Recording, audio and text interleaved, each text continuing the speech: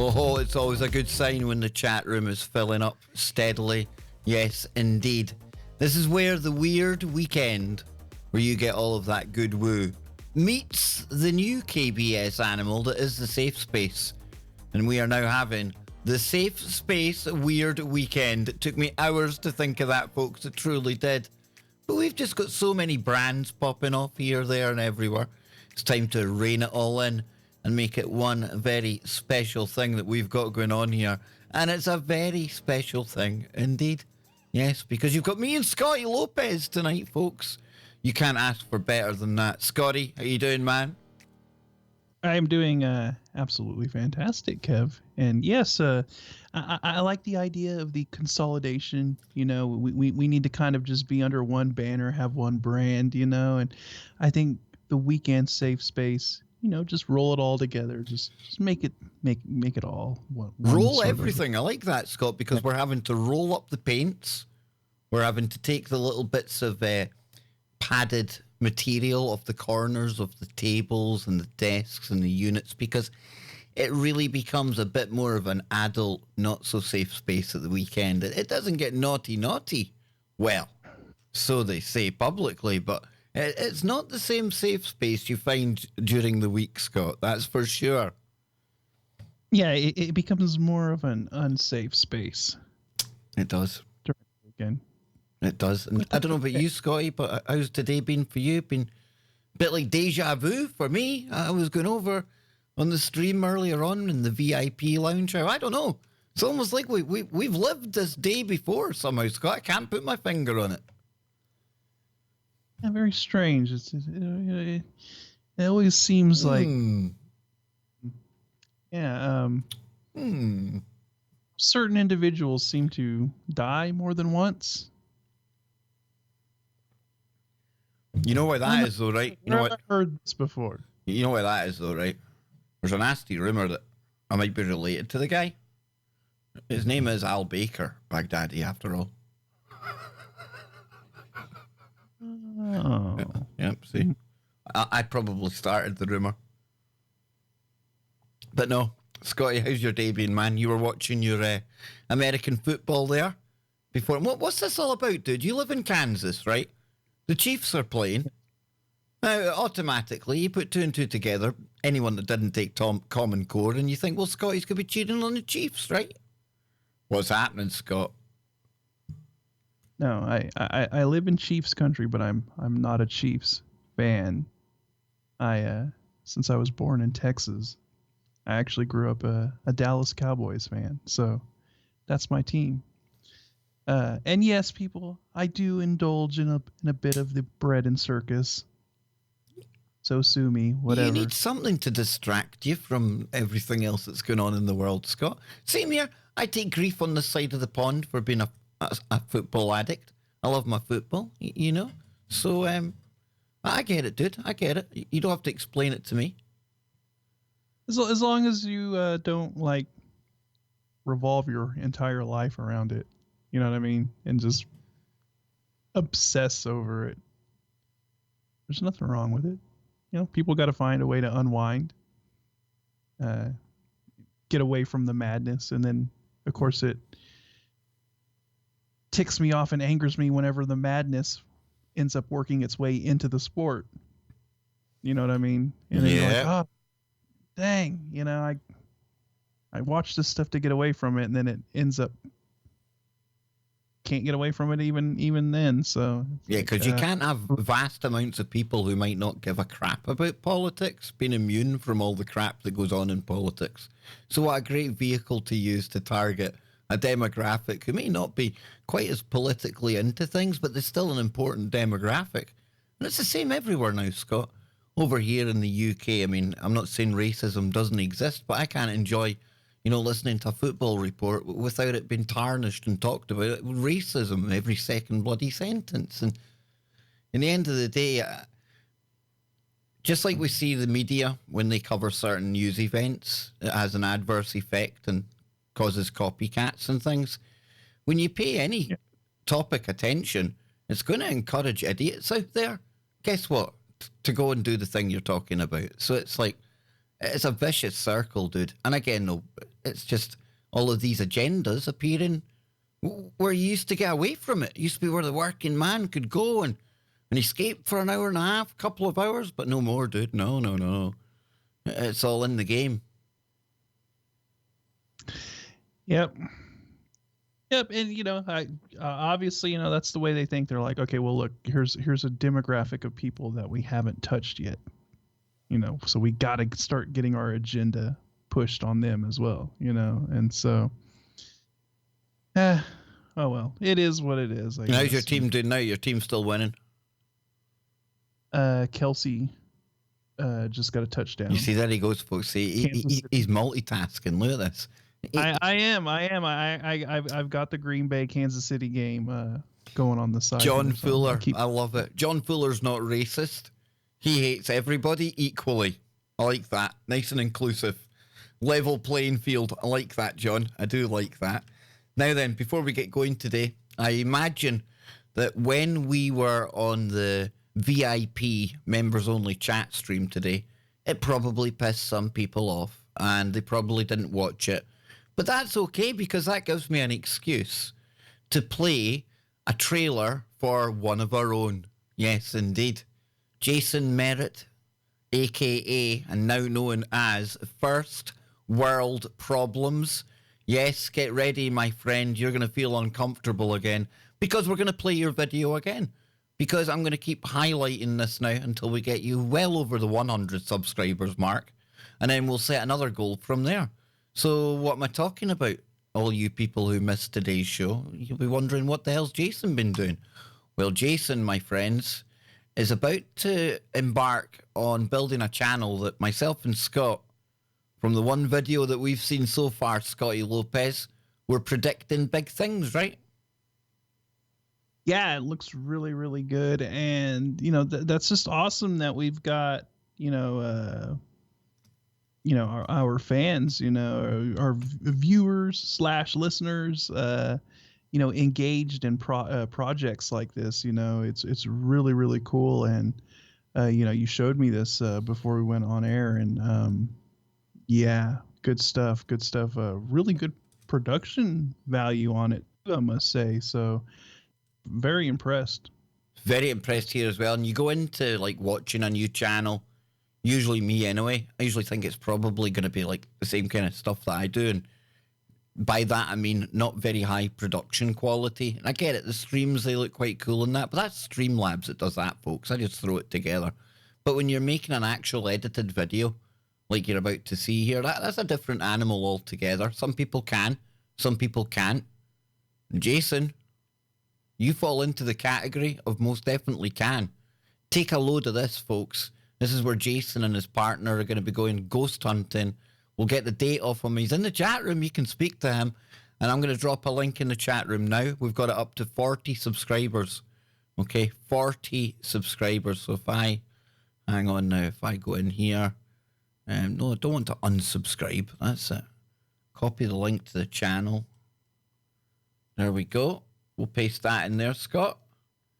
So we're at 40 just now on here, right? And then we'll refresh it afterwards. And with 100 odd people in here now, come on, folks. Show the guy some love. Right click on that channel, open it in a new tab. You don't even have to leave the stream. Here we go. Okay, but before I show you, I done this earlier on as well. I keep forgetting to go to our other studio, Scott, where people can see what the hell we're talking about. Yes, indeed. Yes, that would definitely help. Do you think that would... Well, get this, because I was playing a video earlier on, and it was a video of a horse that had given up on humans. Basically, Scott, anytime a human came near it to try and ride it, the thing would fall over, droop its tongue out, and act dead. It would just lie there like it was dead, so nobody was getting to ride it. Yeah, he's like, no more. No bueno, no. And then I said for a laugh on the stream, I said, I bet you this gets copyright. Guaranteed this gets copyright. And before, well, I lie. As soon as I got off the stream, ding, notification.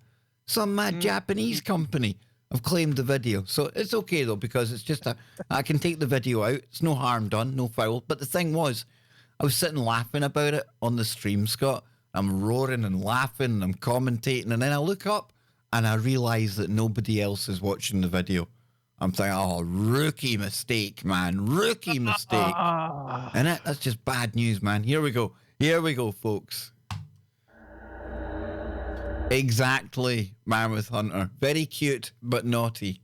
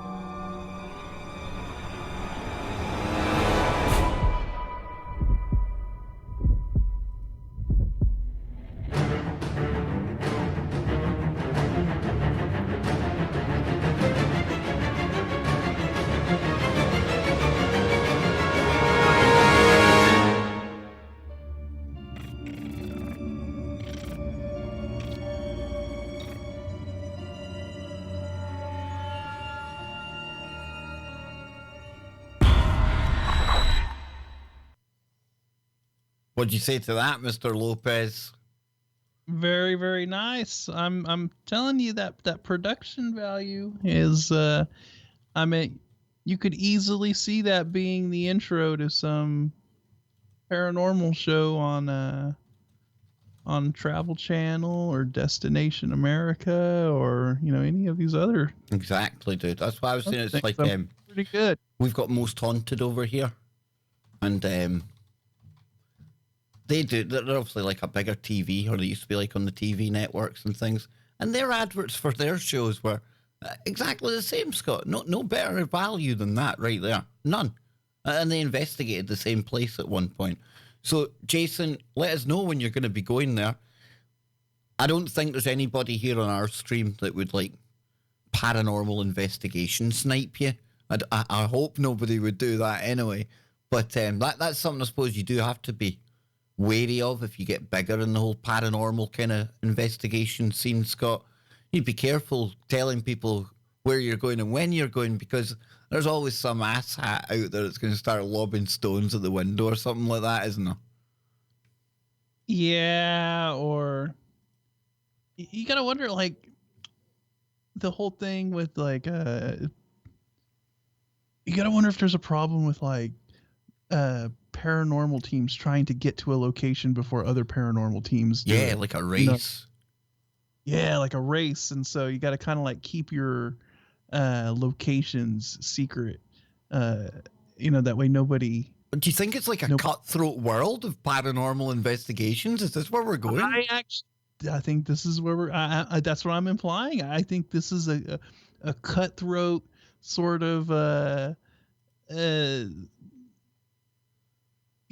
thing that we're talking about here, that you got to keep your locations close to the chest. That way nobody else goes out there and investigates it first and, beats you to it and then takes the glory. You know what I mean? So, I'm sure that there's like, your more well-known paranormal places where everybody goes, right? But then there's probably these ones that are kind of more obscure or whatever, and you don't want to let the cat out of the bag on those, and before so other teams don't make it out there. Yeah, I bet it is a kind of a cutthroat world. Yes, exactly. Now, Brian, Michael in the chat, it's all good, man. All these comments are not relevant to the show. What a blurb of babble. That's the whole joy of the show, my friend. We're like one big happy family here, and you get stuff happening in the chat that means Scott will pick up on and we'll live dive it as we go. Got one such story that for tonight that arose that way earlier on the stream.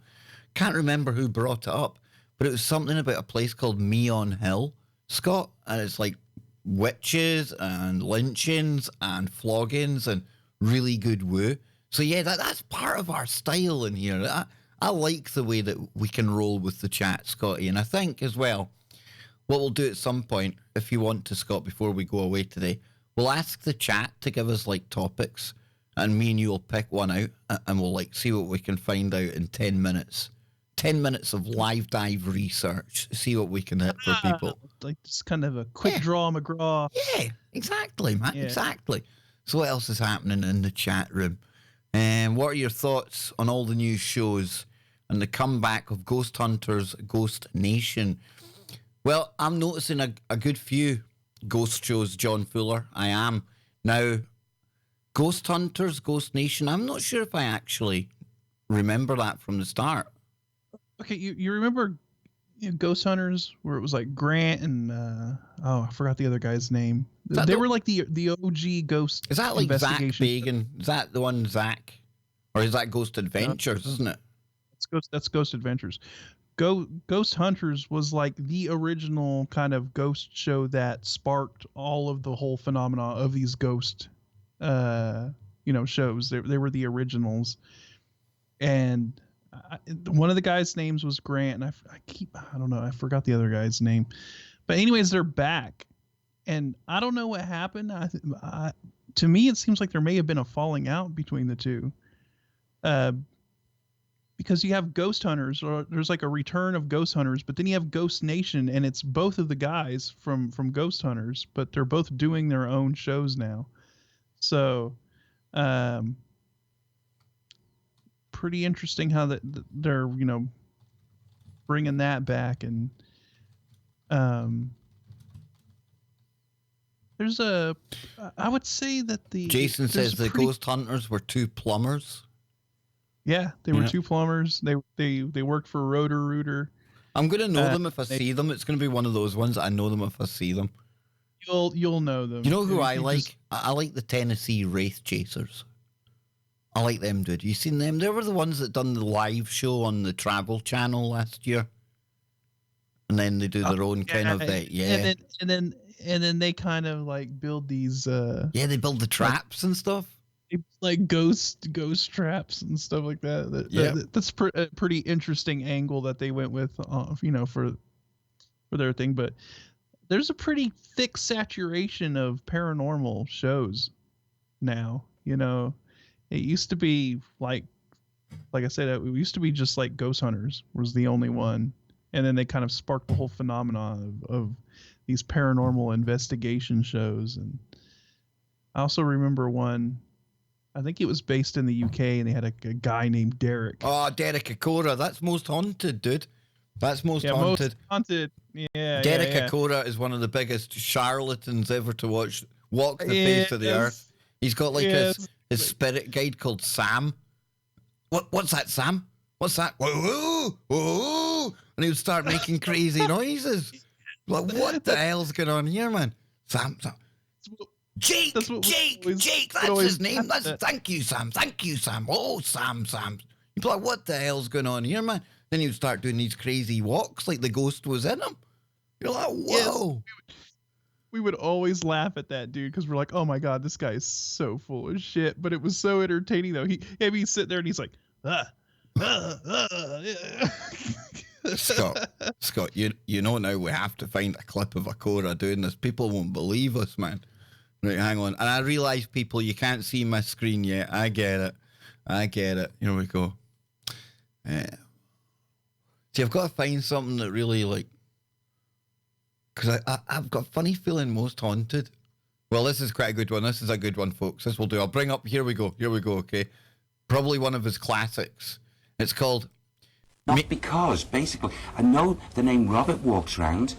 And I know Mary does, but there's this peace and calm of spiritual activity there with... You all right? All right. What is it, Derek? Here he goes, folks. Here he goes. This is the transformation. You all right? Mary loves Dick.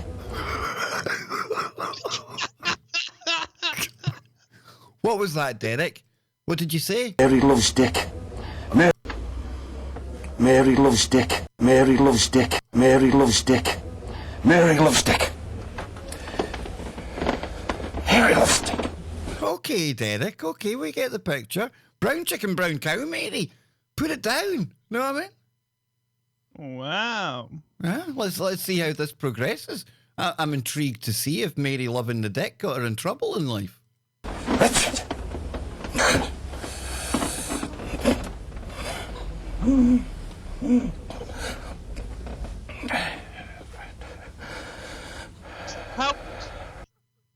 How could you keep a straight face around him when he's doing that?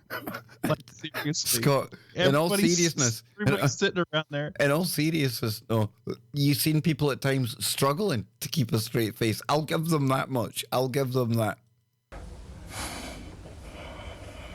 Don't say all those things about him. Don't. Who are you? You're right. You're right.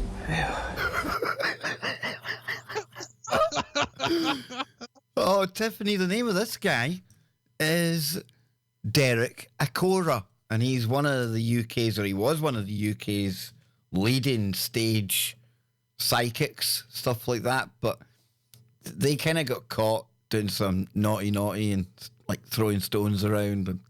And as you can tell here, listen, channeling, it's one of those very subjective things what you make of it, right? I mean, hey, I'm sure it is a thing. I'm sure, and I know, I'm confident there's psychics out there that do get messages from beyond, from other dimensions.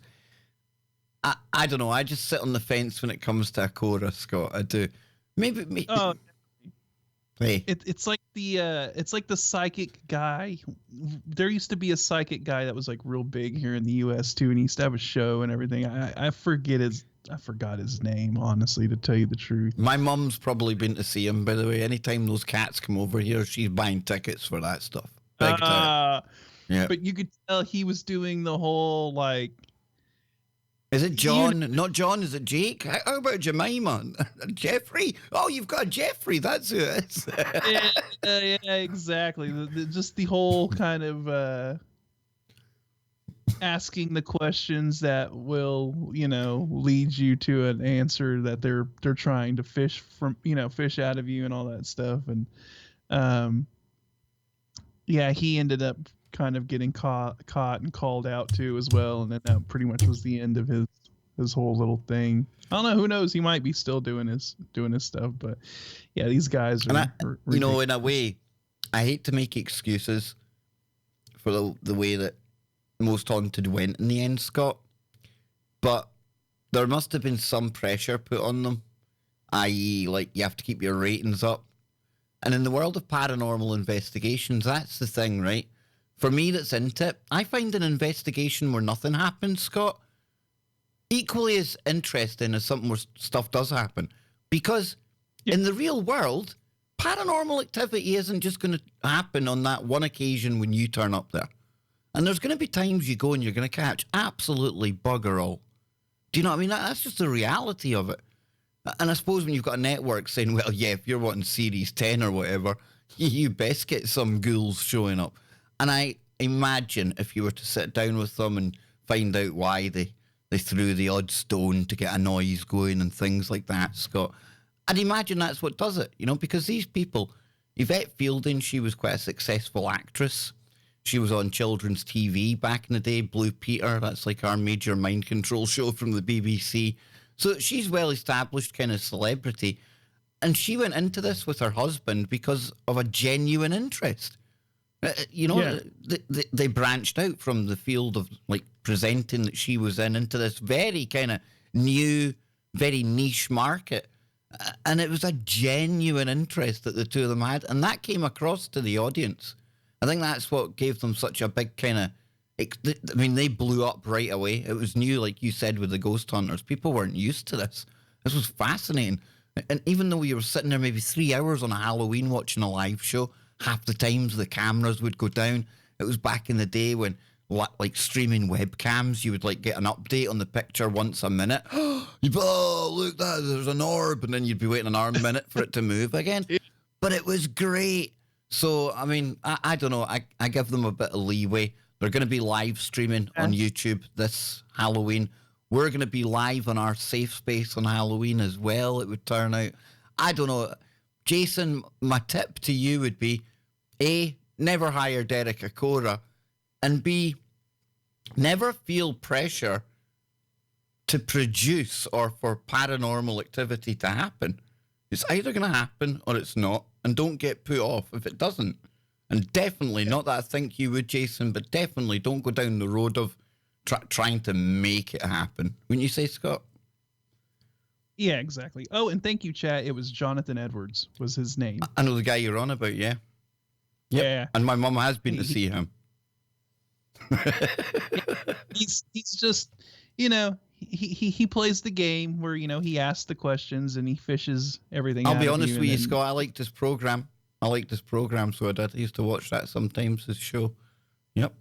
Yeah, he was real big. You know, obviously he wasn't just big here in the U.S. He it translated over there to the UK as well. So he was. If you're selling out quite... tours over here as well, you've made it. I mean, as a paranormal dude, you're up there, right? Yeah, but you know, it is interesting though, because you know, you're right. Like when you don't find anything, and you're willing to just admit that and be like, "Look, there's no activity here." You know, we honestly didn't really pick anything up and all that stuff. I think that lends more credence to you. You know what I mean? It gives you more, I would say, you know, street cred in a way, right? Because then it just, look, if you're going to a place and every single time you're finding incredible footage or, you know, or evidence and all of this stuff every single time, that's suspicious. That automatically raises red flags, you know. But if you're willing to just admit, look, we're not finding anything here, there's nothing really going on, and then that shows that, you know, the times that there really is actual activity, then you know, you're picking it up. And if you're not, then you're not. You know, you don't need to feel obligated to make things happen. I'm the same as you, Scott. I'm the same as you. I can watch an hour-long show. Nothing happens. They're quite open and they're quite deflated about the fact nothing happens. And you know what? I find it just as interesting an episode where stuff does happen. And in fact, it'll convince me even deeper that they're genuine. You know? Yeah, absolutely. It convinces you more that the times that they do catch something, that it probably is legit, right? Because they never felt the need to manufacture something before, you know. So, and you're right. I think a lot of these shows kind of get caught in that trap where they genuinely go in and, like, maybe the first season or two, it's like, you know, and but then they feel the pressure, you know, to keep that going, you know, to keep it going. And not only that, Scott, you'd imagine, as with any kind of show like this, you don't know the longevity of it. So you get your first 2 seasons, you're going to want to hit like the top 10 locations, as much as them as you can right off the bat. And then as you get to season 3 and 4, then you're starting to look for more obscure, lesser known places. And yeah, definitely it gets harder. And maybe places that really don't have any activity, right?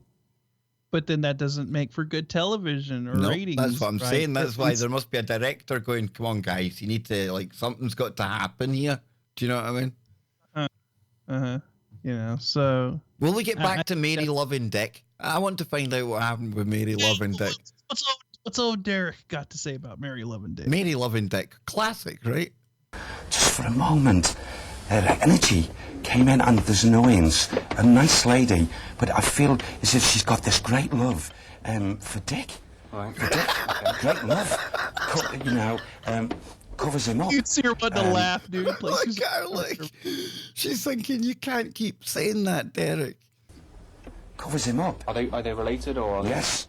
They're related? Yes. Right. She covered him up. She helped him. How do you mean covered him up? How did she cover him up? She covered him up, apart from the Dick, obviously. Dick. Sam. She covered Dick up. It's not hard, is it, Scott? You know, we're not even there and we know what she was doing. She protected him. Right. And she put a condom on it. See? She loves Dick. With who? The only two that protected him were herself, Mary, and Betty. Mary and Betty. Oh, now we've got a love triangle. You see, that it's something you need at the start of every haunted location, Scott, knowing that there's been a love triangle in the place. Yep. Okay. They knew The only two ladies that knew this secret place.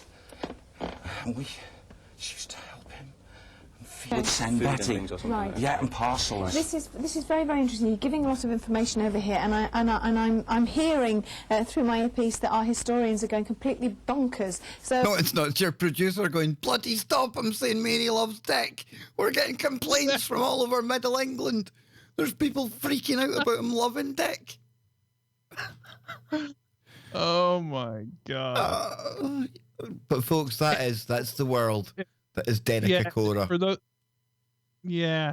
for those who haven't seen it, this is par for the course for Derek. I remember, oh my god, it brings back so many memories of just laughing at this dude. I remember we used to laugh at Derek so much. Well, now that I'm gonna have to try and compose myself and get over that this nonsense, this madness that is a Cora. But we also have another quick ghost story before we get to the main topic of today. And the main topic of today is going to be not so much comedy, but it's definitely very, very interesting. And really, we hope that when we get into the FBI seeking the finders, a weird kind of way for me to title this, but folks, trust me, we're getting the laughs out of the way early because this appears to be something real and very, very sinister indeed that we're going to get into after maybe one more story. I want to get to Me on Hill with the witches, and then we'll get to that, Scott. And it's thanks to you. I blame you.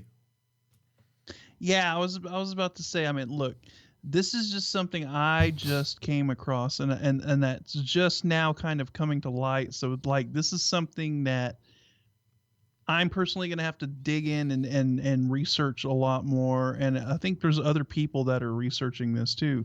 Even Mr. Mediker, you know, for those of you who don't know who Mediker is, he's one of the most prolific streamers out there. And I promise you folks, I'll never get us on the wrong side of Mediker. I will never incur the wrath of the Mediker, because not many people come back from Mediker going after them. No. But even he came across this today and just kind of on the fly has been trying to dive into it. So yeah, after we get through with this next story, we're going to dive into this because this looks pretty sinister. And I think for next week, I'm going to maybe put together 5 of Akora's greatest hits. Because Get Mary Loving Dick isn't even his best one. Honestly, that's not even his best one. So yeah, we'll have like a Derek Akora kind of top 5 next week. Scott, please remind me. That'll be awesome. I'm going to write that down. Akora top 5. And yeah, my mum messaged me. She did love Jonathan Edwards. I think the emphasis was on the past tense, and she would not like to thank you for that, Scott, but I'm joking. Akora top 5. Right then, so earlier on today, I'd noticed somebody in the chat room had mentioned a place called, now I think I'm pronouncing this right here, Meon Hill. M-E-O-N.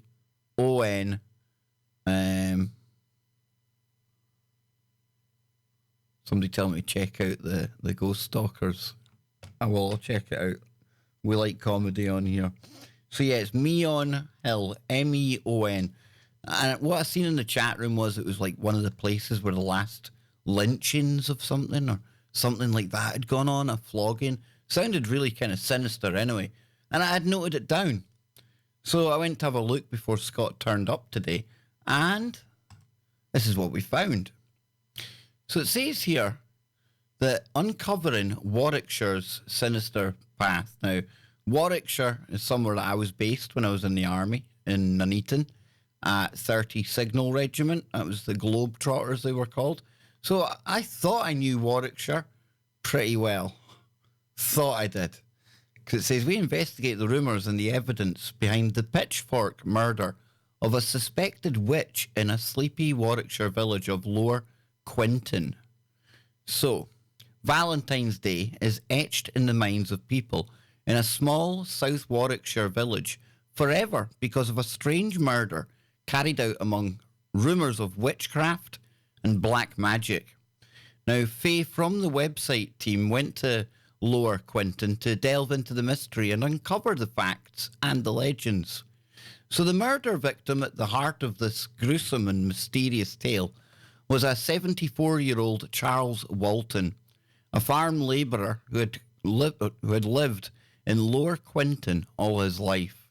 Now, he shared a rented cottage opposite the church, or the village church, with his niece, Eddie.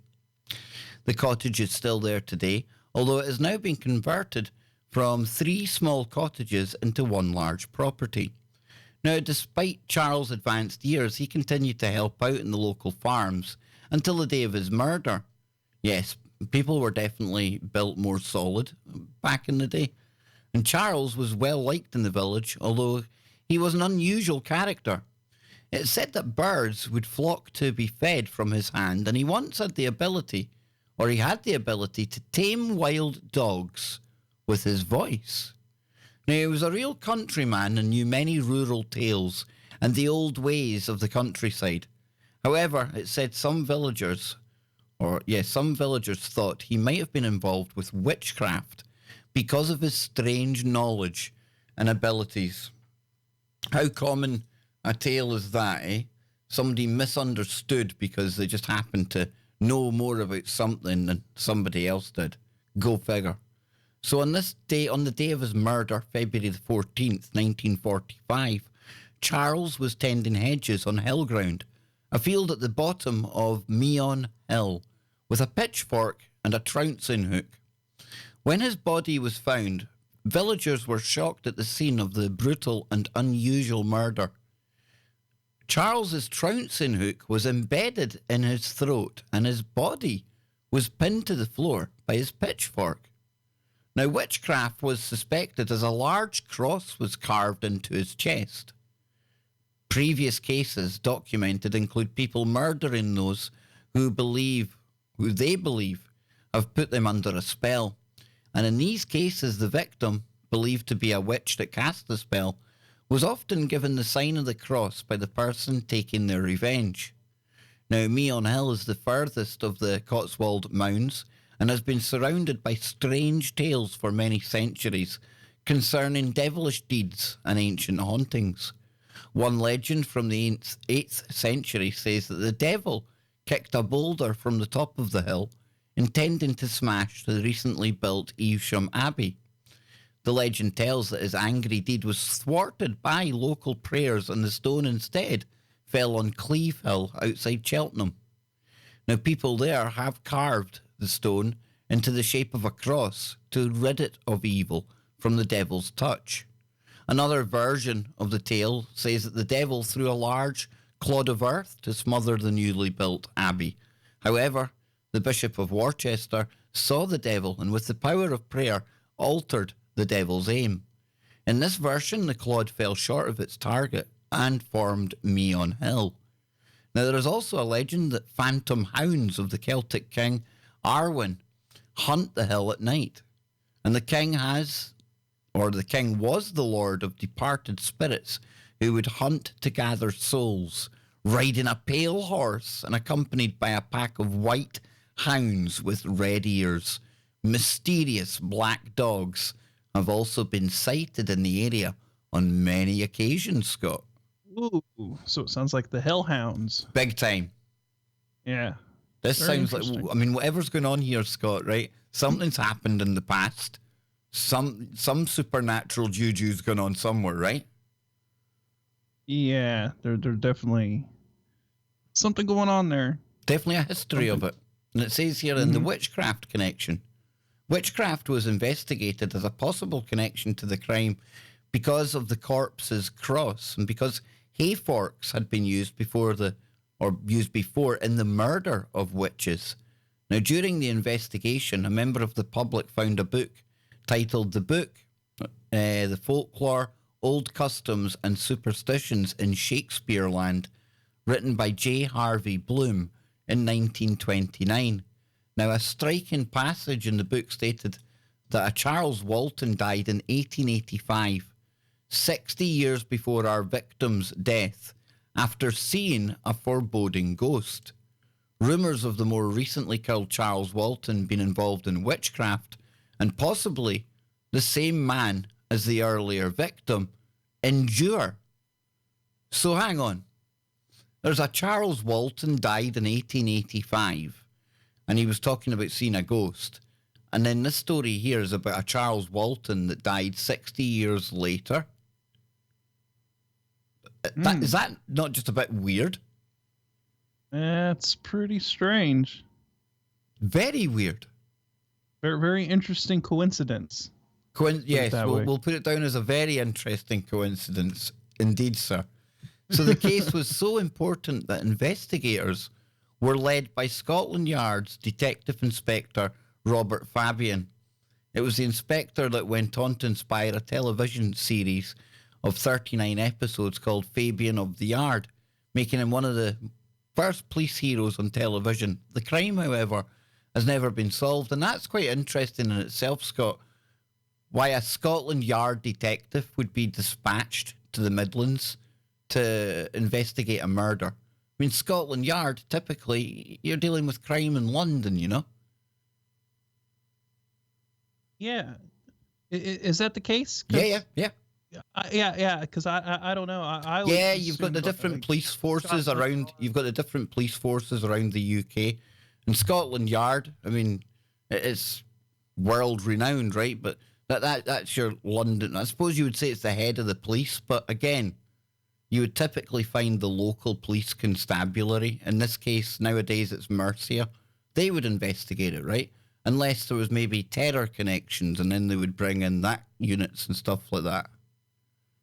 Yeah, because I don't know why, but I always thought of like Scotland Yard as being like kind of like a FBI kind of thing or something. But yeah, it's just the police. That's all it is. Okay. Yeah. Okay. That's them. Okay. It's the mothership. Yeah. So they sent someone from Scotland Yard all the way out there. I find that. I don't know. Yeah, I find that there must be something of interest. There was something that piqued the interest of somebody somewhere to send, a cop of this importance, I would imagine. So it says, visiting the village and the site of the murder was even more extraordinary than I had expected. The events of that Valentine's Day are still very fresh in the minds of the villagers. Now, the strangest thing that everyone I spoke to was expecting to be asked questions. No one thought to ask why I was there, as they were clearly prepared for an inquisition at any time. So this is obviously something that happens all the time. It says, I do mean prepared too. After a number of very similar conversations with different people, I started to feel that I was facing a community response. It seemed that it has long since been decided how to act when people arrive asking questions in Lower Quinton. The people I spoke to were friendly but impenetrably tight-lipped.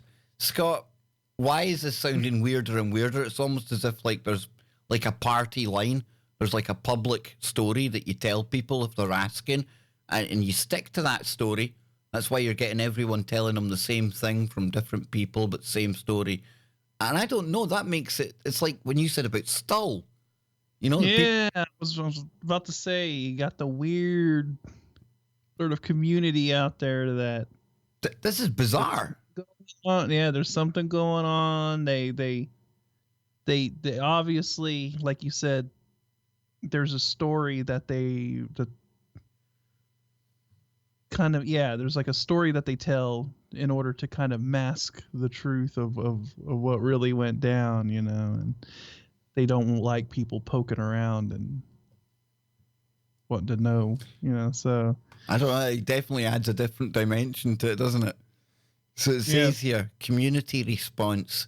The landlord of the College Arms, Tony Smith, said he could tell me nothing, revealing a lot about the community feeling, but nothing about the details, he said. Quote, I can't talk to you about that. After 17 years of running this place, I know that there are some things we don't talk about. Holy heck. Talking about it would upset people, and there's no sense in alienating people in a small village like this.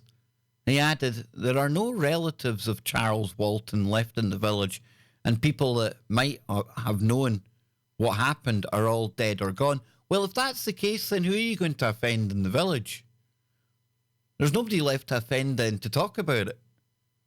Well, then that raises the question of the people who killed him. Are they still around? Yeah. Or are their relatives still around? And what the hell's going on in that little community? Mm-hmm. So it says, we discussed Fabian of the Yard's involvement. As I was now coming to understand how the detective found gathering evidence such a challenge, Mr. Smith admitted the community was tight-lipped, describing it as watertight. Sounds like the first rule of, like, Fight Club, if you ask me. Talking in a guarded and hypothetical way, he said, quote, in cases like this, there's always someone that knows something. Someone knows what happened, but for the sake of relatives and for not upsetting people, nobody will say. He added to this, he is certain that the murder was not witchcraft, but would say no more. Now, Mrs. Wakelin at the village store suggested there are still people for whom the event is more than legend, but they will not talk. She said people don't talk about it, it's a closed subject. Those that would know about it are gone, except one who's in hospital and another that's in a nursing home. All the others have gone or passed away. Well, this is like conflicting things that they're saying here, because you don't want to talk about it because you don't want to hurt people because anyone left there, but then you find out nobody's left there, and the ones that are, one's in hospital, the other one doesn't know what time of day it is. He doesn't even know if it's Lower Quentin or Quentin Tarantino. I don't get it, dude. Yeah, I mean, nobody's gonna go and shake down Granny in the nursing home. What happened? What happened? Tell me. You know, I don't know. They're adding to the mystery here, Scott. They're adding to it. They're making people like me and you think, what's going on in this place? Is this like Eyes Wide Shut when the lights go down at night? Telling you, Joyce, who has run the village post office for 35 years, was even less inclined to talk, insisting the event was before her time. Nice get out. Telling you, she was in on it. Joyce, I know what you done last summer. Despite this, she knew the tale well, but just gave me the warning. No one will, and then pause. No one will talk to you about it. The family have all gone now anyway. There are none of the Walton family left here now. I have no answers to your questions. So why don't you just say, oh, I don't know. The people that you, why not just be normal about it? Don't be so damn freaky and hills of eyes kind of type. Yeah, as I say, it's going like on. they're overly defensive about it. Yeah. You know, One doth protest too worse. much. Absolutely. Yeah. This is like the Streisand effect, Scott. The way that the locals are acting people just want to know more. Well, I tell you, I think we should storm Lower Quentin. I'm only joking. I'm not starting that Facebook group. So the witches in the village. All connections with witchcraft in the village have been suppressed. Although one person I spoke to talked about rumours of continuing witchcraft. Now we're getting there. Continuing witchcraft in the Cotswolds nearby. Yes, indeed. So now it's coming to the surface. There's still a coven there. So it goes on to say, I was also told the strength of the community feeling against witch connections was felt by previous landlord of the College Arms. He spoke of plans to hang lucky witches on broomsticks from the beams in the pub lounge. Needless to say, the landlord changed his design plans after the village response. I saw just one witch in evidence in the village as a weather vane on the house behind Charles Walton's old cottage. It was a striking sight in the shadow of the church. It says, surprisingly, Charles Walton does not seem to have a grave in the churchyard. The graveyard holds a very small number of headstones, a reflection on the tiny size of the community, but there seems to be none for the supposedly well-liked murder victim. All I found was a very small half-hidden stone bearing the initials CHW. There was no date and no other details. However, site user MGM wrote, The reason he does not have a gravestone is because it was destroyed by a relative who became upset by the media visiting his grave on the anniversary of the murder each year. What does this say here? There's images. Click on the images below to launch a gallery. All right then. Let's see, is that going to come up? Oh, it's pretty poor anyway, folks. It just ends up going to a page it's not found. Yeah, quite interesting then, Scotty. I think the aftermath and the reaction of the village is probably even weirder than a guy being murdered with a pitchfork and some like thing garroting him. Yeah. Now you got to wonder, like, why was he killed because he was a witch? But if it was the village who were engaged in witchcraft, then that doesn't make too much sense. Maybe right? he was one that wasn't into it. You see? And then Maybe. you deflect away from what you're up to by accusing him of the crimes that you yourself are doing. See? We've got them, dude. We've got them. Very strange. But like you said, it's the response or the reaction of the village folk afterwards that makes it even more strange. You know, why be so defensive about it, so tight-lipped? Plus, if it was something that happened so long ago, why not just talk about what you think happened? You know, why not just be like, oh, you know, I heard this happened, and here's kind of the backstory of what I've heard or whatever, instead of being all like, ooh, we're not supposed to talk about that. It's a weird Why one. aren't we supposed to talk about it? You know, That's the kind of thing that makes me go, but now I want to know more about it. Even if there's nothing there, I still want to know more about it. mm-hmm. Big time. Strange. It's huh? like I said, it's like the Stull thing. The fact that the people of Stull, you know, the community there are so kind of Ooh, Neil. hostile. Neil in the chat room. Thank you, Neil. I can tell you loads about me on Hill. I think Neil lives 5 miles from there, Scott. Says Danny Wadhams in the 90s was a strange death there as well. So we've had numerous strange deaths, and one even back in the 1800s with the same name of the guy who died in 45. There's something weird going on there. Very. Yeah, yeah. You probably don't want to have the last name of Walton and live in that town. You probably don't want to like run out of petrol near like Lower Quinton. You don't want to be staying there the night. I don't know, Scott. Maybe it's just me, but I don't know. I think it might not be like you might not live to tell the tale, dude. Very strange. Very strange. Almost as strange as what we're going to go into now. And this isn't paranormal. It's like Scott said, he came across it before we started today. That's why we never dove right into it at the start. We're both looking at this for the first time.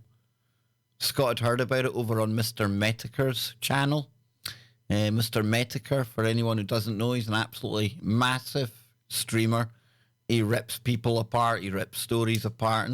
And as well, he looks at weird kind of stuff like we're about to look at here too.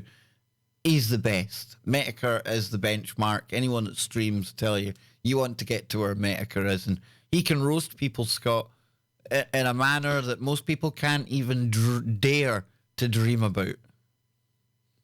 Metaker is like god tier level, you know, when it comes to streaming and stuff like that. You definitely don't want to be on the you don't want to be on Metaker's shit list, because he will dissect you and he will tear you apart. The only person I've ever seen surviving is that Montegraph. He's still on the go, dude. He survived the like the sheer the ravaging that he got from Metaker. I tell you, hats off. I mean, anyone that can survive being dragged over the Metaker coals, dude, the survival aspect of it, you got to admire that. You have to. Some people just have no shame, because usually after Metaker's done an expose on you, usually anyone with an ounce of shame, they'll never come back. Never come back, dude. He managed to survive the wrath, I guess. So. Whoa! Oh, man. Now we can retire, Scott. We've got somebody called Infallible Ghost in the chat room who says, I'm here from Metaker's stream. Someone suggested this. Dude, if somebody even in the chat room over there is suggesting our stream, we can go to sleep happy tonight, Scott, right? Awesome. So well, Infallible Ghost. Yeah, we like you, Infallible Ghost. Thanks for stopping in. Yep. Now, what is it Metaker has been getting into then? Whether you know Metaker or not, I think this is a story that, I want to say it definitely deserves and needs more investigating. I'm going to say that right off the bat. I'm sure Scott will agree with me on that part there. Yeah. It's... How do I put this? It's a sensitive topic, but it's something that we all know is real at certain levels. There's other levels of it that play out online in YouTube land and 4chan and social media that might not be quite as close to the truth as some of the other stuff is. But that should never take away from the fact that these crimes, these things do happen, as uncomfortable as they are. And as much as we would love to bury our head in the sand and stick our fingers in our ears and ignore that these uncomfortable things are going on, we can't, because it's only because people have done that for so long that things have got so bad. And that's why I think, Scott, us bringing this up and telling people we want them to research it for themselves, I think that's probably the most responsible way for us to go about this, wouldn't you think? Yes. This is the thing, is that when you're dealing with a topic like this, unfortunately, we're in a time now where you have a bunch of YouTube channels and a bunch of people who deal in this topic, and they end up minimalizing it because of so much disinformation they're putting out regarding it. You know what I mean? It does the topic more harm than good. Yes, it does the topic more harm than good. And it's very unfortunate, and it's very, really sad, that you have people peddling this kind of, trying to milk this topic. That's basically. Well, I equate it to the way that we've seen in recent weeks with Greta being used by the global elite to push their agenda. They're using a kid for their own purposes. And the ones that are covering this subject and putting out crap just for the sake of getting clicks and attention, it's no different, because they too are really trying to profit off the back of children. And how does that make them any better than the people that they say they're trying to bust in the end of the day, I don't think it makes them any better at all, Scott. But then not only that, you have them making accusations and saying things that they cannot prove, which ends up damaging and hurting those that actually are victims of this stuff. Yep. And that's that's the disgusting thing about all this. Big time. So, But yeah, so getting into this though is recently there was the FBI has released I guess a bunch of information or their database, or I don't know how this was how it was exactly found or how they came across it, but we'll probably get it in this article. Yeah, but people were going through the FBI database or whatever the FBI has released, and I first got to say that this is a legit FBI document. Before the show, Kev even saw that it was on the FBI database. We saw it was on the right there, So this isn't like some screenshot of some document that they say is from the FBI or anything like that. This is an actual thing. So if you want to just go through this, we'll see. But from what I heard Medicare covering and from what I gathered so far, this is weird. And this is very, very shady. And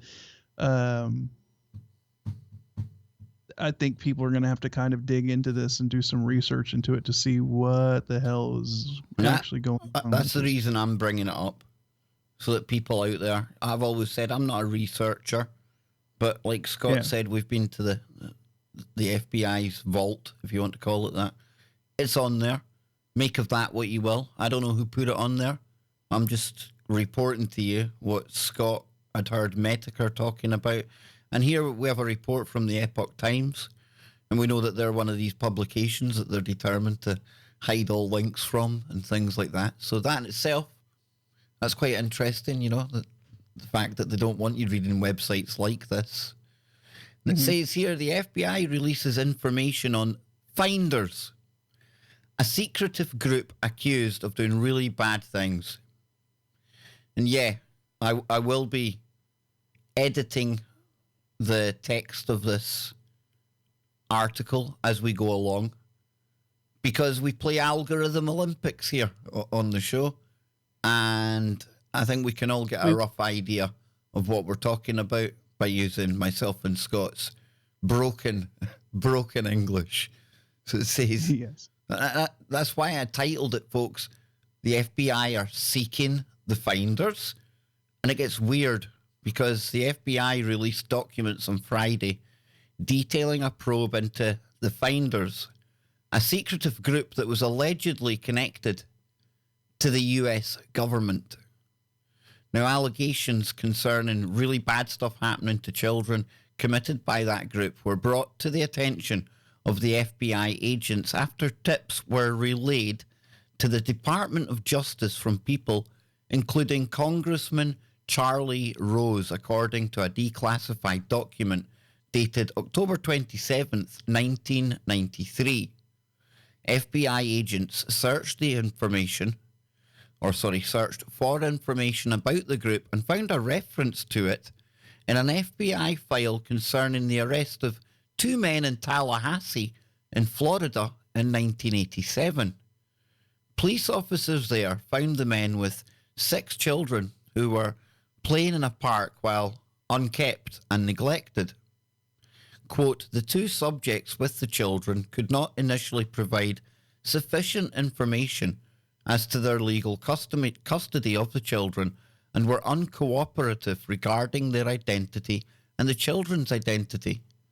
Information developed during the arrests included the children disclosing that they were from the Washington area, prompted Tallahassee officers to contact its local customs office, which relayed the information to the Metropolitan Police Department in Washington and provided details about a person whose name was redacted and their association with a group known as Finders, based in the nation's capital.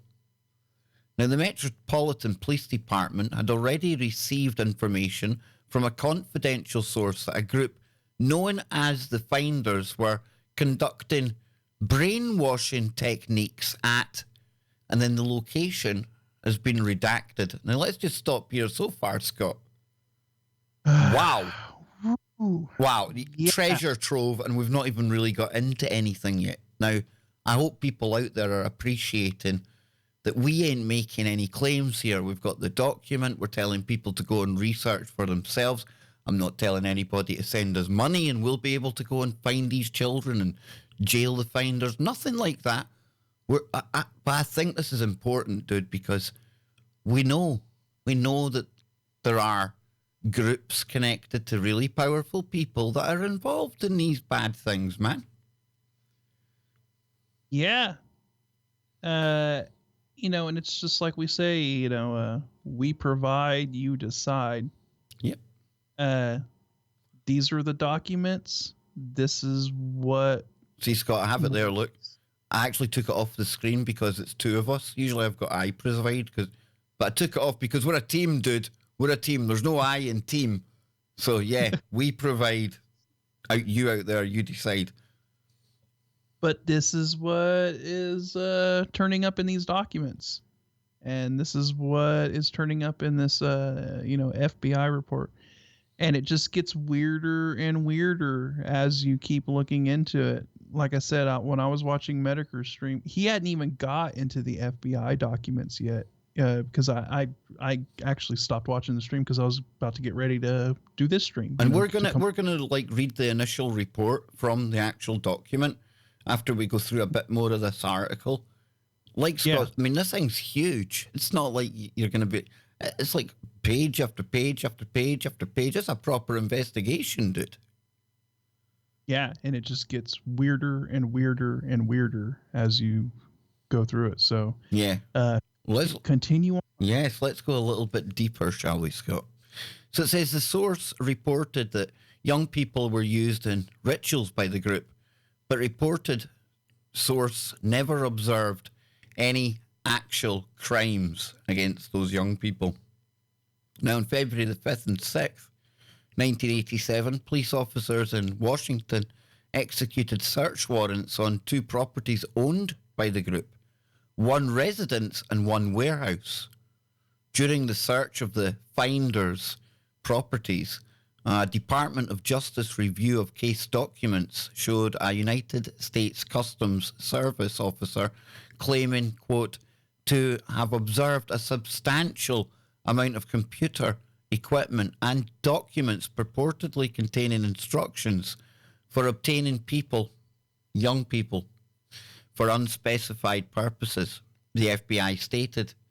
Now, the instructions allegedly included the impregnation of female members of the community, purchasing younger people, trading them, and kidnapping them.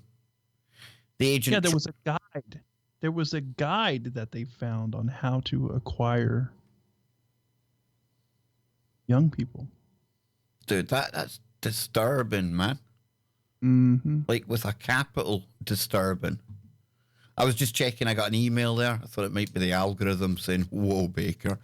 Whoa, Baker. So it says here. We're trying our best to dance around it, people. So. Yeah. Folks, myself and Scott are very well aware that there is going to be no ads appear on this video. It's cool. We'll take the hit. The information's more important than running ads on a video, in my opinion. That's why I thank all of you members out there that allow us to, have a bit of breathing space where, we're not having to totally censor ourselves to keep within the guidelines. That's why we'll go here, Scott. The agent tried to gain access to the... Oh, hang on a minute now. I need to check some. We have got... Oh, Germanus. We've got a... Well, it's a super chat. I don't think there's a message, but there's a super chat there. It's going to be coming in, Scotty boy. There it is. Thank you, Germanus. So, says the agent tried to gain access to the evidence for use in an investigation violating or violations of really, really dodgy material, as well as the Neutrality Act and the Mann Act. Not to be mistaken with I'm a man, not a man Act. After several paragraphs of redacted material, the FBI disclosed that someone, quote, has alleged that the finders are involved in a well-organized child child scheme that, redacted in conjunction with the State Department, the FBI's Foreign Counterintelligence Section, conspired to cover up those bad things. So it says that the FBI disclosed that somebody, quote, has alleged that the finders are involved in well-organized bad things against young people, and that someone or something in conjunction with the State Department and the FBI's Foreign Counterintelligence Section conspired. Oh, you mean conspiracies are real when the FBI talk about them? Go figure. To cover up those bad things. So a March 9th, 1987 memo to the FBI's Washington field office, though, stated that, quote, all evidence obtained at the two finders' property produced, quote, no evidence of any bad things or any related crimes. But a report from the Washington field office indicated that the warrant uncovered, quote, large amounts of documents dealing with child production and shaping, along with manuals for master plans and dirty tricks for enemies of the Finders group. And a chronology of the Finders probe stated that a third search executed on a rural Virginian farm by Virginia State Police uncovered evidence of satanic and cult rituals. A Metropolitan Police Department document stated that Virginia State Police went to the farm in Madison County, Virginia, and found cages that, quote, witnesses reveal were used to keep young people in during their visits to the farm. The group who was living on the farm attempted to take over the city government in Culpeper, Virginia, the file stated. The group who was living on the farm attempted a coup and tried to take over the place, right? They tried to take over the entire city. So later, someone contacted the Washington police and advised that all reports regarding the finders are to be classified at the secret level, Scott. Oh, imagine my surprise. And then somebody whose name has been redacted also advised that no information was to be turned over to the FBI Washington field office for investigation, and that the Washington field office would not even be advised of so-and-so, redacted, involvement and contact. Wow. Wow, dude. Crazy shit, man. I told you. Scott, this is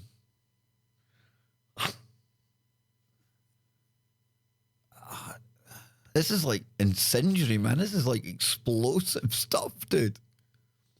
It really is. I mean, when you think about it, when you start reading into this stuff, it's like, what the hell was going on?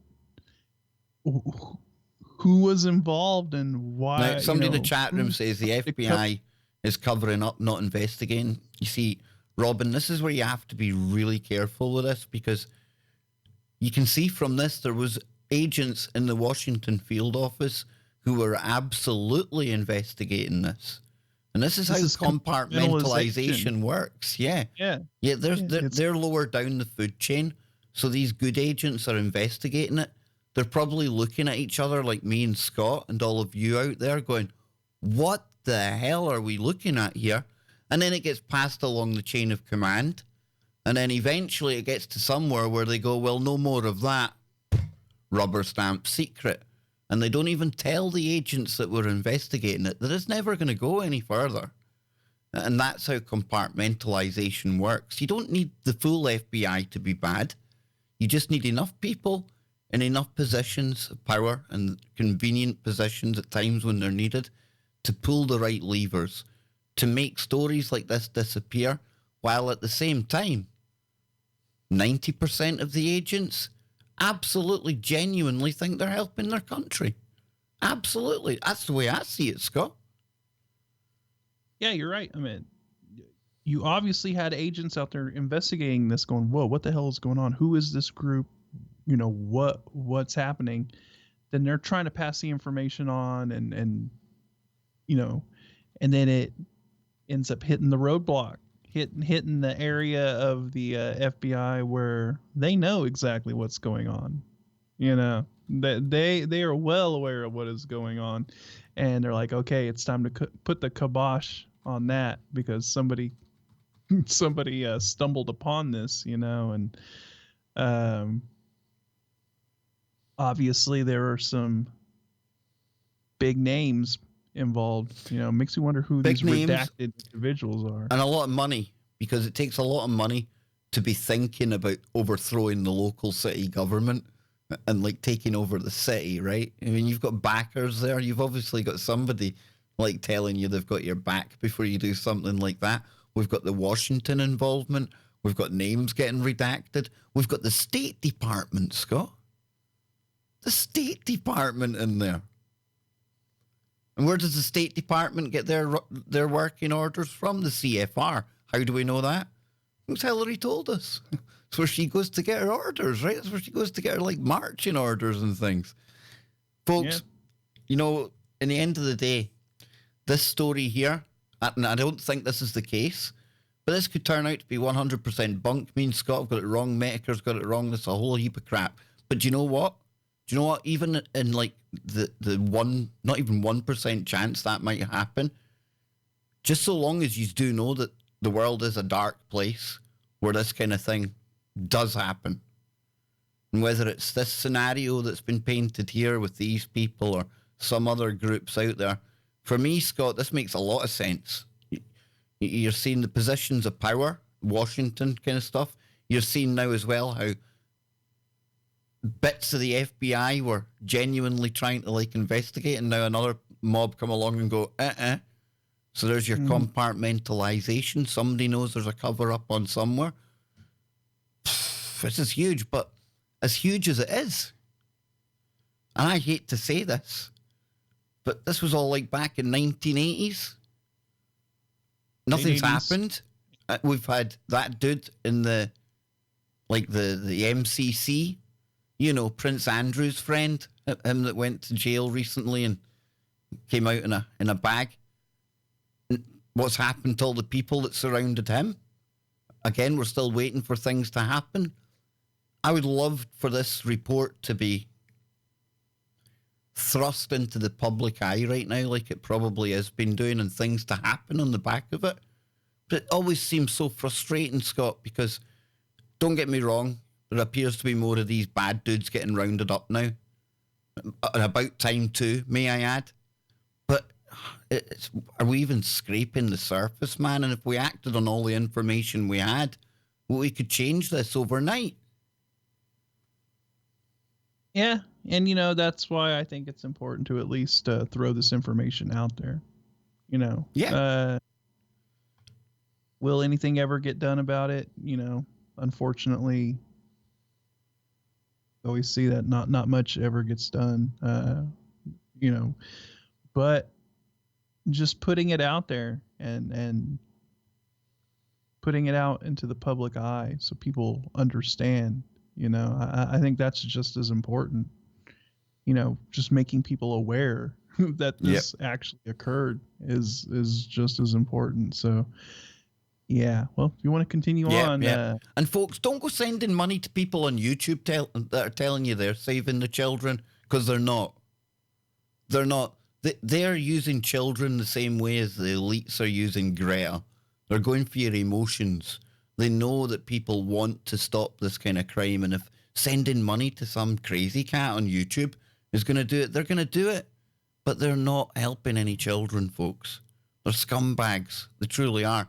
And I'm not send your money to me and Scott to help them. No, that's not how it works. I wish it was, but it's not. So it says children discovered in Tallahassee were eventually turned over to individuals claiming to be parents or guardians. Now, no further MPD, FBI, or customs involvement, the chronology stated. As far as is known, no details of redacted involvement ever became public. Oh, if only you could see the redacted stuff, eh? The FBI said it spoke with the chief of Tallahassee Police Department, November 16th, 1993, and all He said all the evidence discovered in the probe of the finders was either returned to its owners or destroyed. How convenient. No outside agency tried to influence his department's investigation, or so he said. So, let's take a look at the actual document, shall we? This here is the one in question. You've got the Federal Bureau of Investigation, blah, blah, and I get it, folks. Anyone can do that, but the link is in the actual article here, and I'll put it in the chat room again for people so you can go and check this out. So we come to this, it tells you all the pages, and yeah, it looks anal enough to be an official document, doesn't it? It really does. So then we come down here, and we've got this, and this says, what, 93, November 2nd, 93. Supervisory Special Agent, redacted, Squad C4, Washington Metropolitan Field Office, redacted, Squad C4, Miami, blah, blah. Subject, Finders Group, White Slave Traffic Act, Sexual Exploitation of Younger People, Obstruction of Justice and Preliminary Inquiry. It says, reference FBI HQ facsimile to Miami, redacted, dated the 10th or October 27th, 93, and to Miami, redacted, dates. The Department of Justice has requested the FBI conduct a preliminary investigation into allegations made by, redacted, concerning bad things to children by a group known as the Finders, and what role, if any, was played by the United States intelligence community. Wow. By separate communication, WMFO, that's the Washington Field Office, will be provided available documentation received to date from Department of Justice concerning redacted allegations. United States Customs Services, redacted. USCS Headquarters, Washington, D.C., redacted. Also possesses documentation concerning Finders, which is to be obtained by the Washington office. The following information has been provided as background in this matter for WMFO, that's the field office again in Washington and Miami. In 1987, huge redaction, were convicted of doing bad things against young people.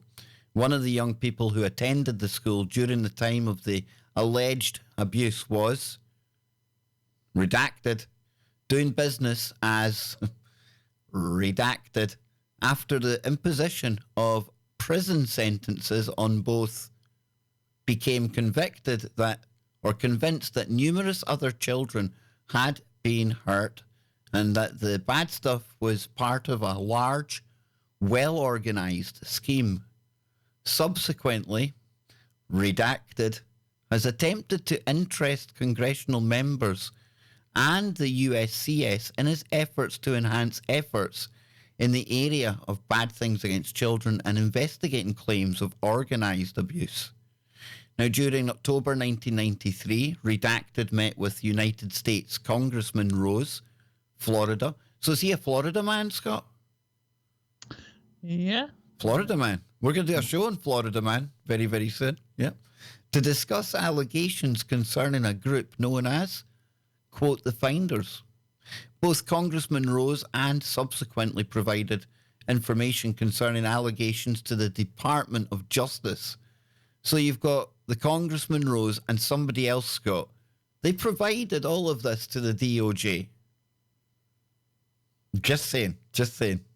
You know? Mm-hmm. So an FBI HQ indices search revealed a reference to Finders in FBI HQ File 7-HQ-2019-1.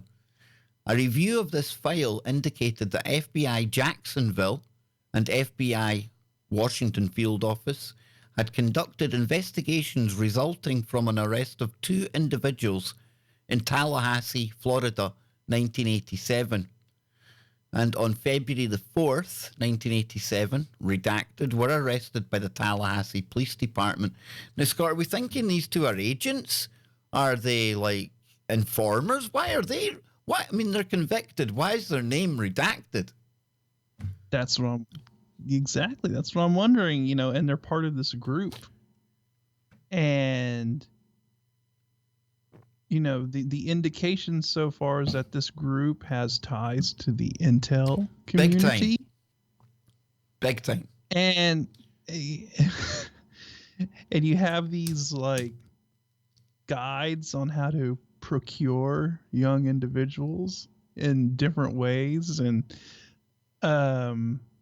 it's really bizarre. Now when we talk about Epi Boy, who tragically met his end in jail. Inevitably. Mm-hmm. There's a lot of discussion about him being involved in the intel community, right? So here we go. It's that same kind of thing going on here. What's going on?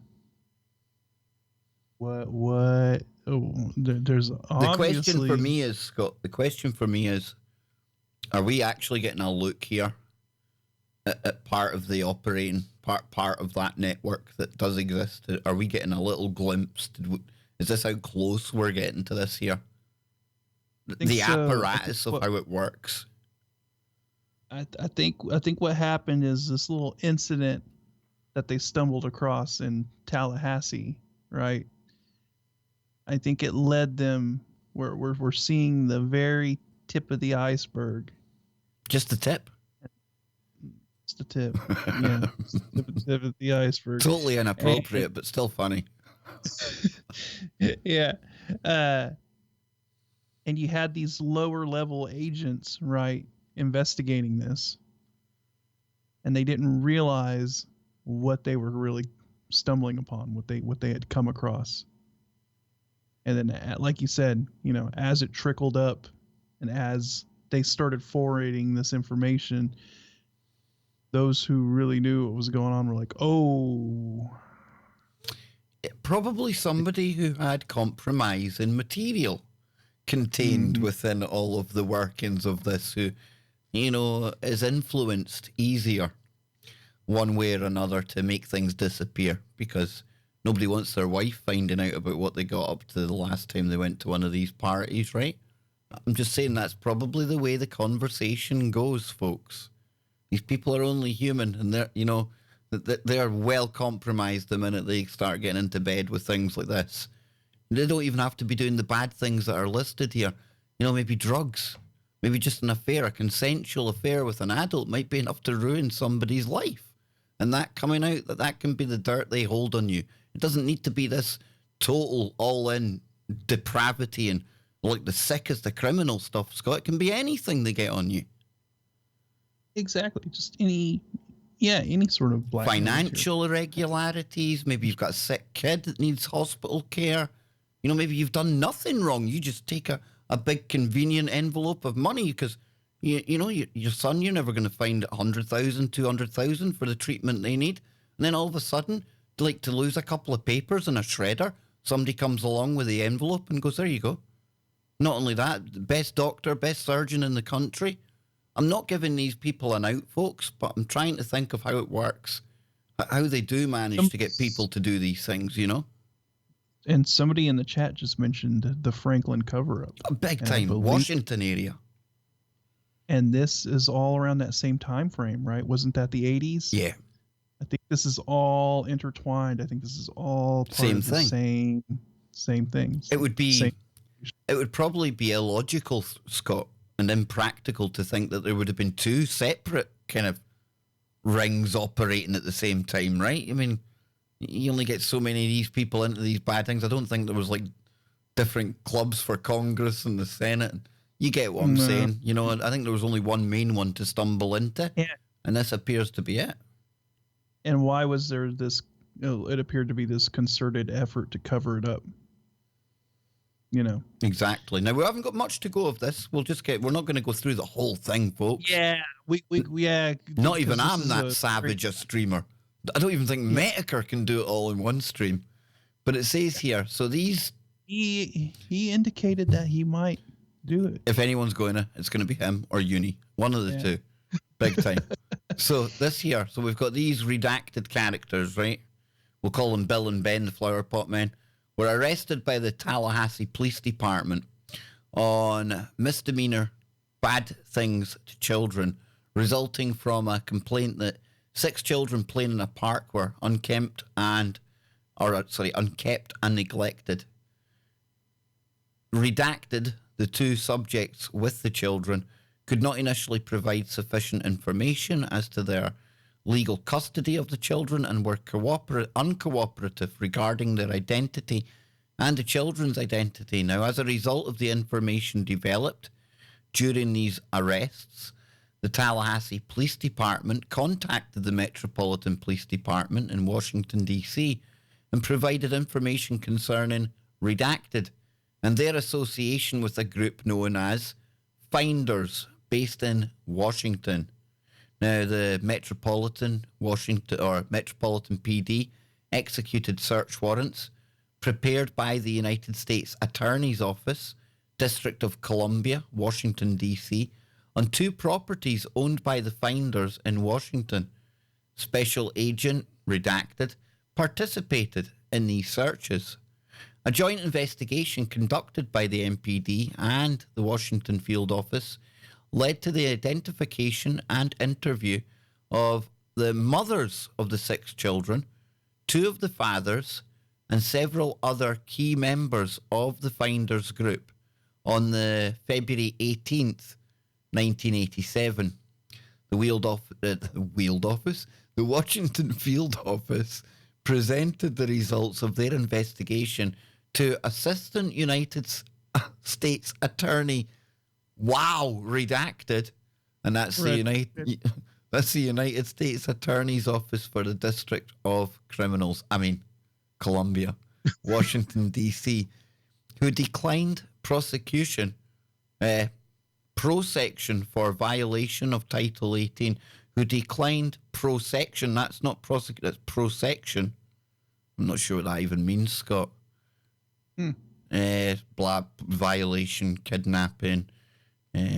DOJ review of the USCS documents indicates that during the execution of the search warrants by the Metropolitan PD at the 2 Finders properties, the USCS agent Redacted claims to have observed a substantial amount of computer equipment and documents purportedly containing instructions for obtaining young people for unspecified purposes.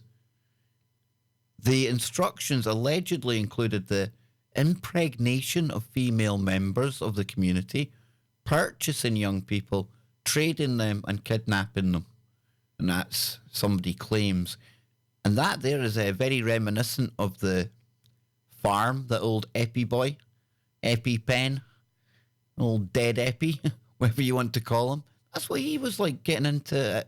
We talked about the eugenics kind of side of things, Scott. He was wanting to, get good-looking women, good-looking girls as well, and breed them with like some of the best minds on the planet, scientists and doctors, and like some weird, creepy kind of modern-day eugenics program.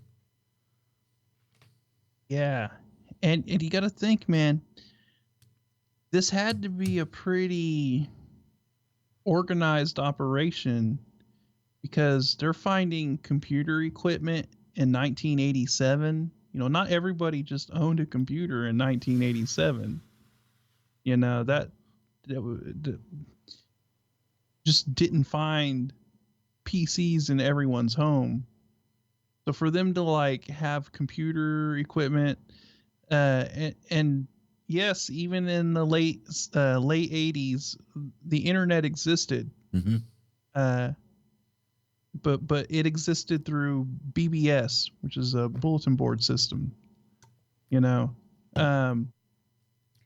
So if you did have the money to own a computer and you did have the money to have access to the internet, you could connect with people and communicate through the BBS. Um,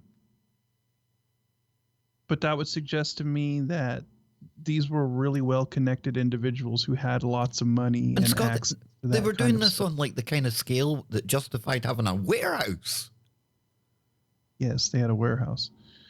This wasn't like out of somebody's like shed out the back or the basement or anything. No, it's a proper warehouse and a property, at least. Mm-hmm. That's I mean, it was a big operation, man. big time.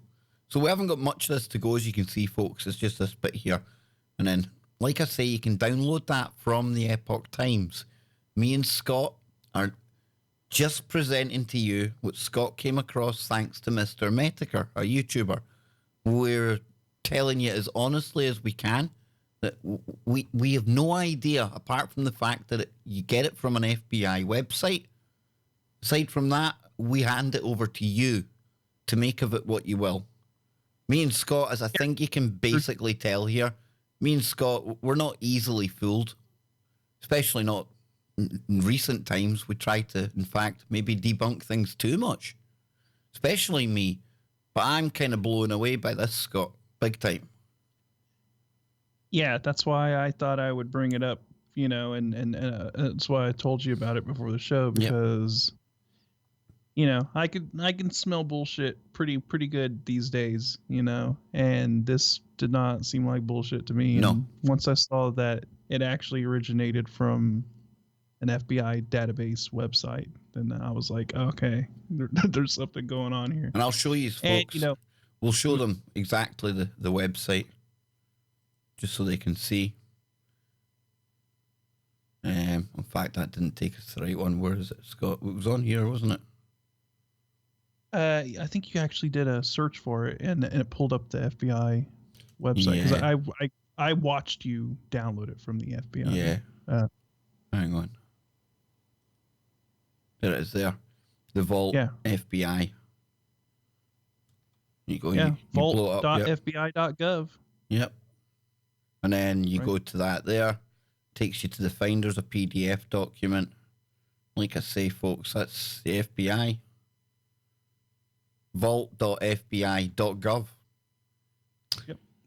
That's about as much as you can say there. But this one, we'll finish this up then. It says, Redacted has alleged that the Finders are involved in a well-organised ring, and that Redacted, in conjunction with the State Department and the FBI's Foreign Counterintelligence Section, conspired to cover up all of this.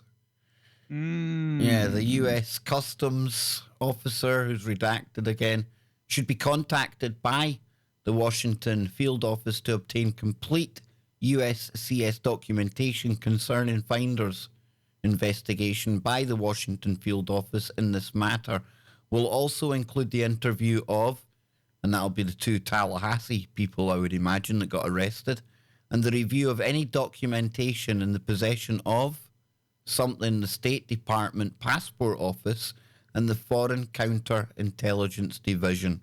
So yeah, and there's lots more, folks. Absolutely loads more.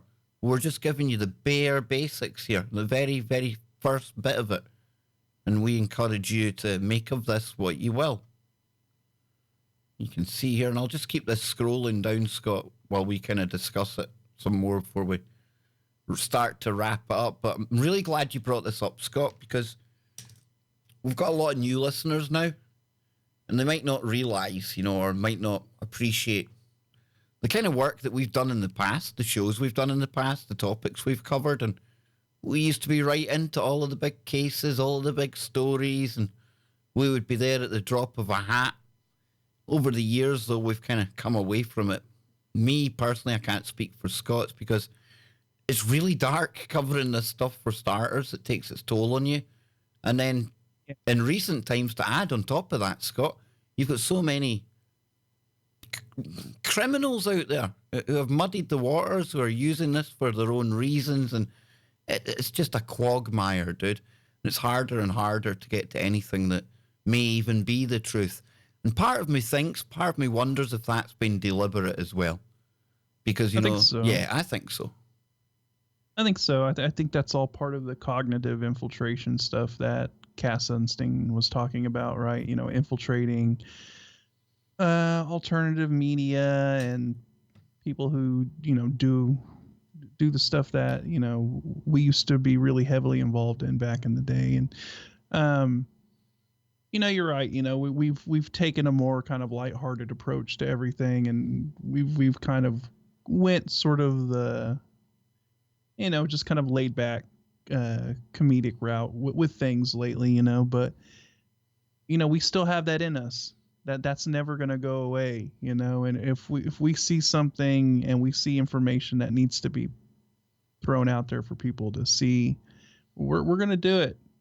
That's just, that's just how we're wired. That's just how me and Kev are wired. And that's how we actually started doing all of this stuff, and so, immediately when I saw this stuff and I saw Medicare covering it, I'm like, yeah, this is something that needs to be brought up, and the one thing I'm worried about that we're going to have to see is, these sites and these YouTube channels, LARPers, taking this and basically ruining it. You know what I mean? Yeah, we don't want something like this to end up being tarnished and catching the same stigma as something as pizza shops in Washington. Exactly.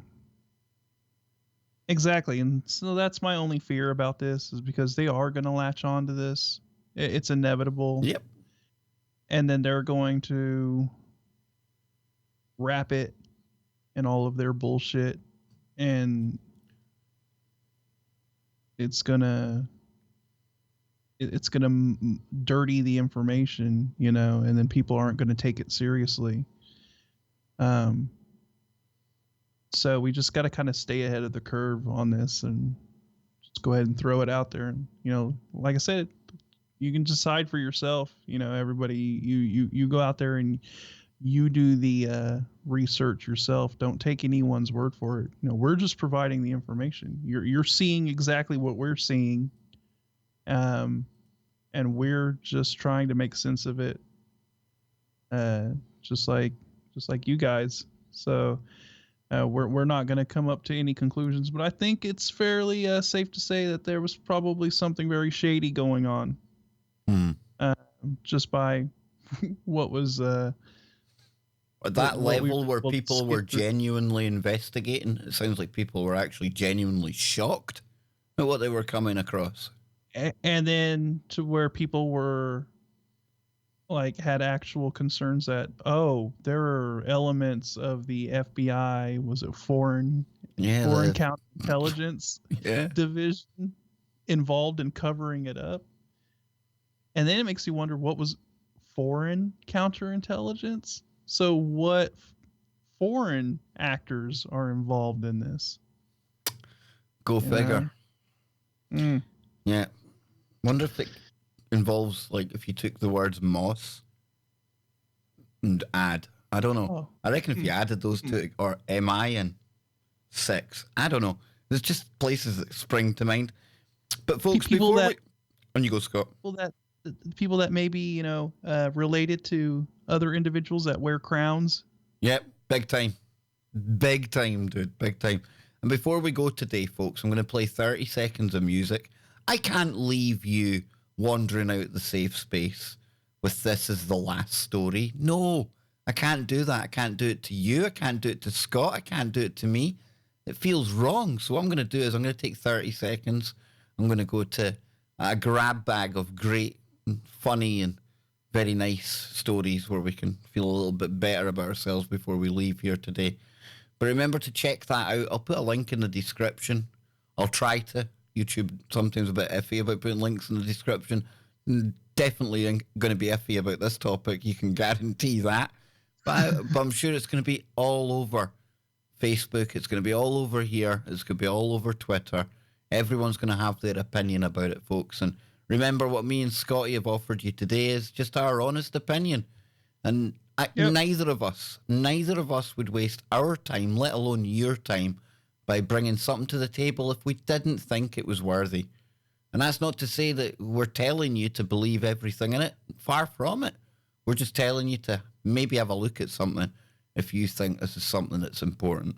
So then, let's have a little bit of 30-second music, and then we'll come back, because I'll find us a good story from Scott's little Reddit thread that has all of the funniest and weirdest stories out there. Don't worry, Scott, I've got it saved.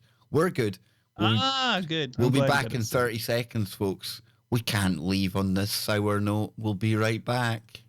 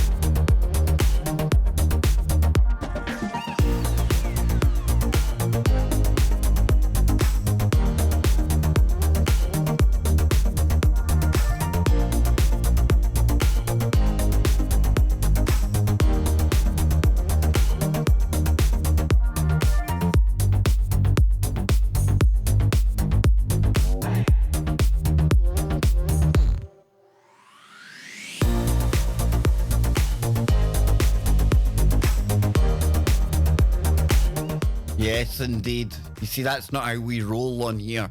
We don't leave it all dark and depressing and things like that. Not on our way out the safe space, Scott. We can't do that to people, man. Whoo! Oh, man, that reminds me of the days we used to cover all that deep and dark and dirty stuff, man. Whoa, it sticks to you, Scott. There's a heavy atmosphere when you start getting into that stuff, my friend, big time.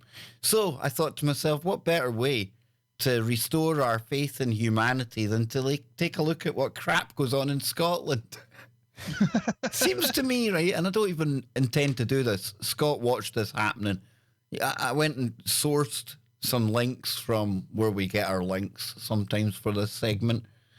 And it's a funny story on the face of it. Prison, somebody flying stuff in, only to come to realise it's Scotland again. What the hell is going on with Scottish people? So let's take a look at this, folks.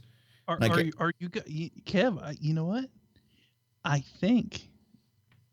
Hear me out here. Uh-oh, what's coming? I think Scotland. Can we dub Scotland? No. Not Florida. Not Florida too. I was gonna say, can we dub Scotland the Florida of Europe? Do you want us to be the 51st state? Do you want us to be the 51st state, Scott? I do. I really do. Or 52nd, depending on whether you get Greenland first or not. We'll be 51st or 52nd. I'd love that. We will welcome you with open arms, and there doesn't have to be very much assimilation involved. You see, this is the thing, right? We might have the chance to leave the union soon, and we'll get no choice. We'll be like right into another union with the EU. But why can't we be the 51st state? Donald Trump, he's got like Scottish blood in him. He's like half ginger. He would rock a kilt. And like I said, don't have to worry about assimilation issues or anything like that. I mean, you're just whoop right in. Right in. Like, right in. Yeah. Right in. In fact, if my accent's anything to go by, warmly welcomed into the family. Yes. Yeah. Yes. And look, I have Scottish lineage on my mom's side. Who knew that my my first steps into the political world would be as an activist to make Scotland the 51st state, just so we could be the twin state with Florida. There you go. So, what's been happening in Scotland, I hear you say? I can't let you sit and guess because it could be anything at this point, right? We know what we're like with traffic cones up here. Anything goes. Get this. An Angus man who tried to fly a drone into Perth prison claimed that a Romanian circus has stolen his chihuahua. Now that's not a headline you hear every day, Scott, is it? Really? Come on. Mm-mm. Right? See, our prisons look like castles and things, Scott. They're weird looking, I get it. So it says here, we'll blow it up. I want to know what happened with this Romanian circus. Did they really steal this dude's dog? So Philip Morton was found hiding in a hedge near Perth prison and claimed he was searching for his pet chihuahua as it had been dog-napped by a Romanian circus troupe. Sheriff Pino de Medio described, hang on, where is this? Is this like... No, it is. It's... We don't... Why have we got a sheriff named Pino de Medio? Am I like in Mexico already or something, Scott? Where am I? Look, see, maybe this lends more credence to the Scots being connected to Mexico, to the Mexicans. And this is the kind of guy who usually puts cartels away. He doesn't deal with like Romanians, like traveling circuses, dude. Exactly. So he described Morton's shaggy dog story as fanciful. He said, "It's one of the most remarkable lines of defence I've ever heard, sir." Morton, then of Kirriemuir, now living in Portsmouth, we're back in the UK now, was found guilty at a trial of trying to fly a drone into the jail when Perth Sheriff Court heard how Morton was caught red-handed after driving the getaway car into a cul-de-sac and been found hiding in the bushes. The 33-year-old was heard rustling in the undergrowth after prison officers chased the 70-mile-per-hour drone away from the outer wall of Perth prison. Now, Morton was spotted putting a drone into the boot of his Audi, but he drove up the dead end and the officers blocked his escape. He clambered over a 6-foot fence to try and escape, and he used his remote lock-in key to deadlock the car with the active drone in the boot. Morton claimed he was near the prison in the dead of the night because he believed, as you do, that the Romanian circus performers had stolen one of his pet chihuahuas. It's a thing, Scott. He never had a problem with these Romanian travelling circuses. They're terrible, man. Wow. Who knew? See, look, more connection with the Mexicans, you know, Chihuahuas. There you go.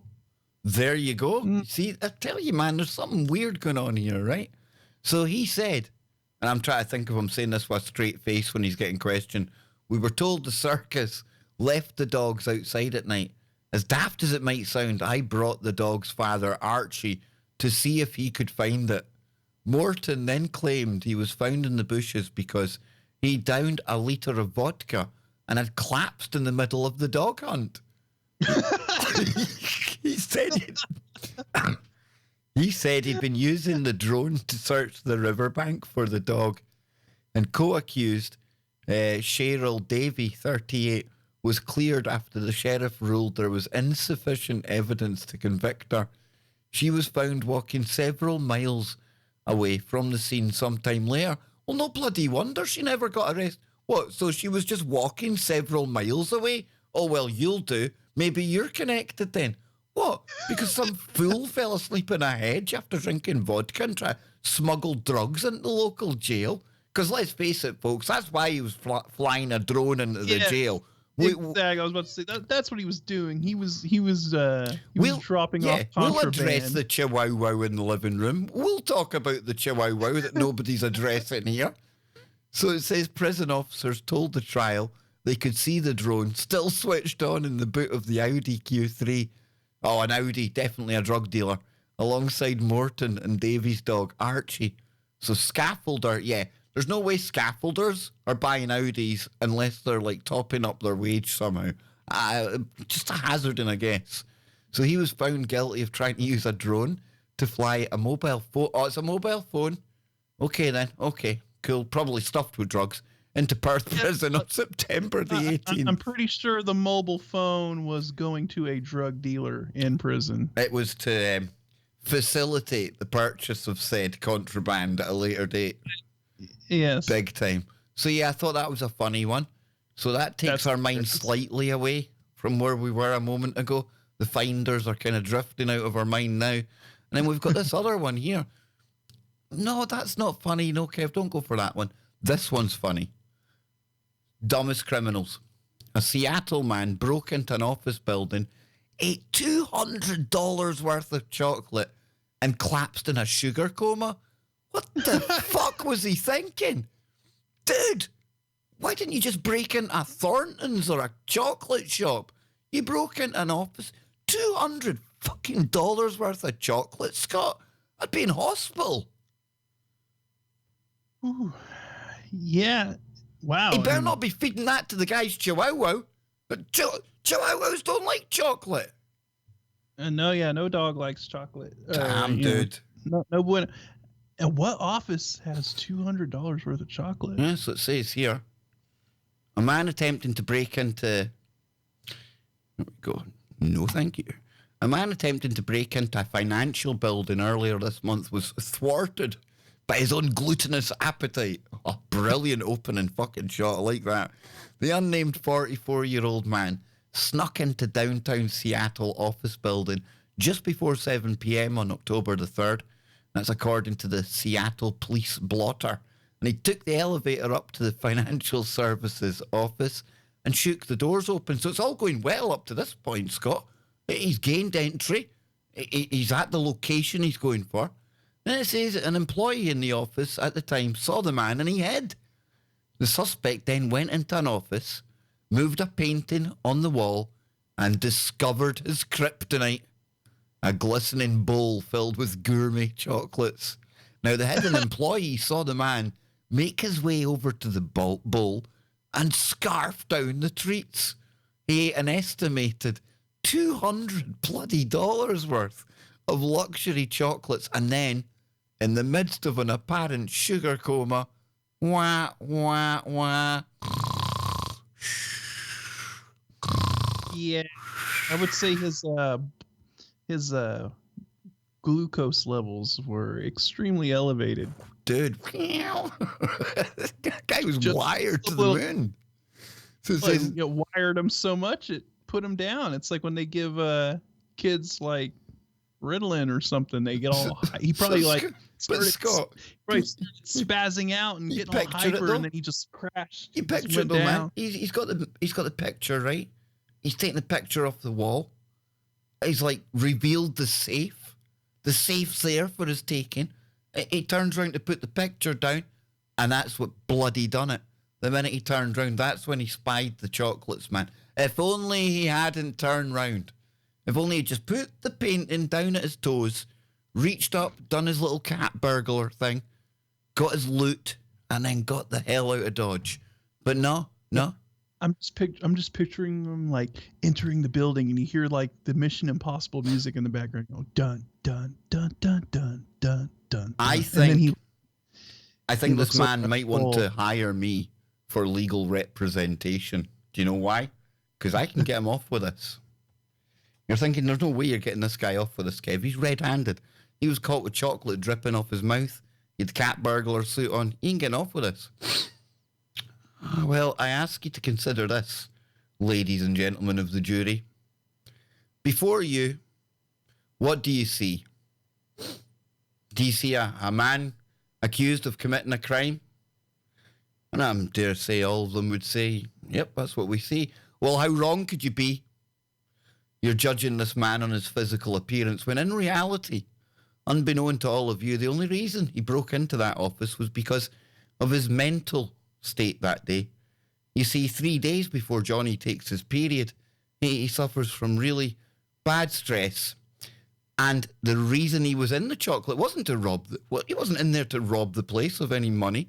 He was purposely in there for the chocolate. Because we all know that only chocolate can take away that period pain, Scott. The guy was just the girl guy was just looking for man puns. That's all he was after. Who's gonna be brave enough in this world of PC correct lunacy? Who's gonna be brave enough to put him to jail, Scott? Come on. Brilliant defense, Kev. Thank you. Brilliant defense. Thank you. It's just as good as a defense as the defense they used for the guy who was having happy fun time with the shoes. Remember, it was work and work stress. He was stressed out, so Well, King King says that chocolate doesn't harm dogs. It's an agenda-driven wives' tale. What's the agenda, dude? Key bono. Is it like women don't want like chocolate going to dogs when it could be going to them? Is that what it is? Is this like a female conspiracy to save chocolate for them? They don't want dog owners like giving their chocolate away when it should be giving it to them. Is that the agenda that's on here, Scott? Who knew? Who knew? Did we stumble upon King Sweet done it. He solved it, man. So next time I see somebody going, oh no, you can't feed chocolate to a dog, I'm going to say, bullshit. That's your granny and your ma came up with that. Couple of criminals. They're just greedy, selfish people. They want more chocolate to themselves. They don't even care about your dog. Criminals. And then when the dog falls over dead, what do you say? Last I seen, he was playing with a traffic cone. It was nothing to do with me. Absolutely nothing to do with me. Chocolate all around your face. You know what I mean? Nothing to do with me. Yep. I'm just looking at the chat room. There's a lot of doggy and chocolate talk going on. I think, Scott, our plan to change the mood on the way out of the safe space worked. So it says you'll have to kill me to take me to jail. Damn, dude. He's going down fighting, isn't he? He's going to martyr himself over $200 worth. You know what it is? He doesn't want to end up in the county jail in amongst his peers, his fellow cons, when they say, so, come on then, what are you in here for? Well, it should have been burglary, but really I'm just in here for being a fucktard because I didn't even get to burgle anywhere. Why didn't you burgle anything? Well, I was on my period looking for some man puns and I only came across some chocolate. They're like, how'd you get caught? I was being a fat ass and I saw a bowl of chocolate and I fell asleep. There's a big debate going on about the pros and cons of giving your dog chocolate in the chat room. I'm loving it. We've stirred controversy. Out of all the stories tonight, Scott, out of all the stories I thought might trigger people, this dude eating the chocolate wasn't it.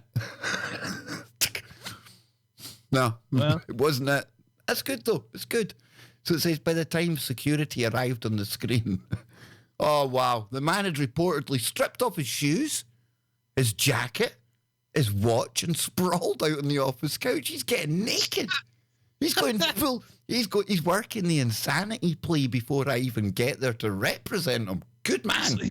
He's like, oh man, I just ate $200 worth of chocolate. I need to stretch out. And, he just was making himself comfortable. He just stripping down, just ready to chill out.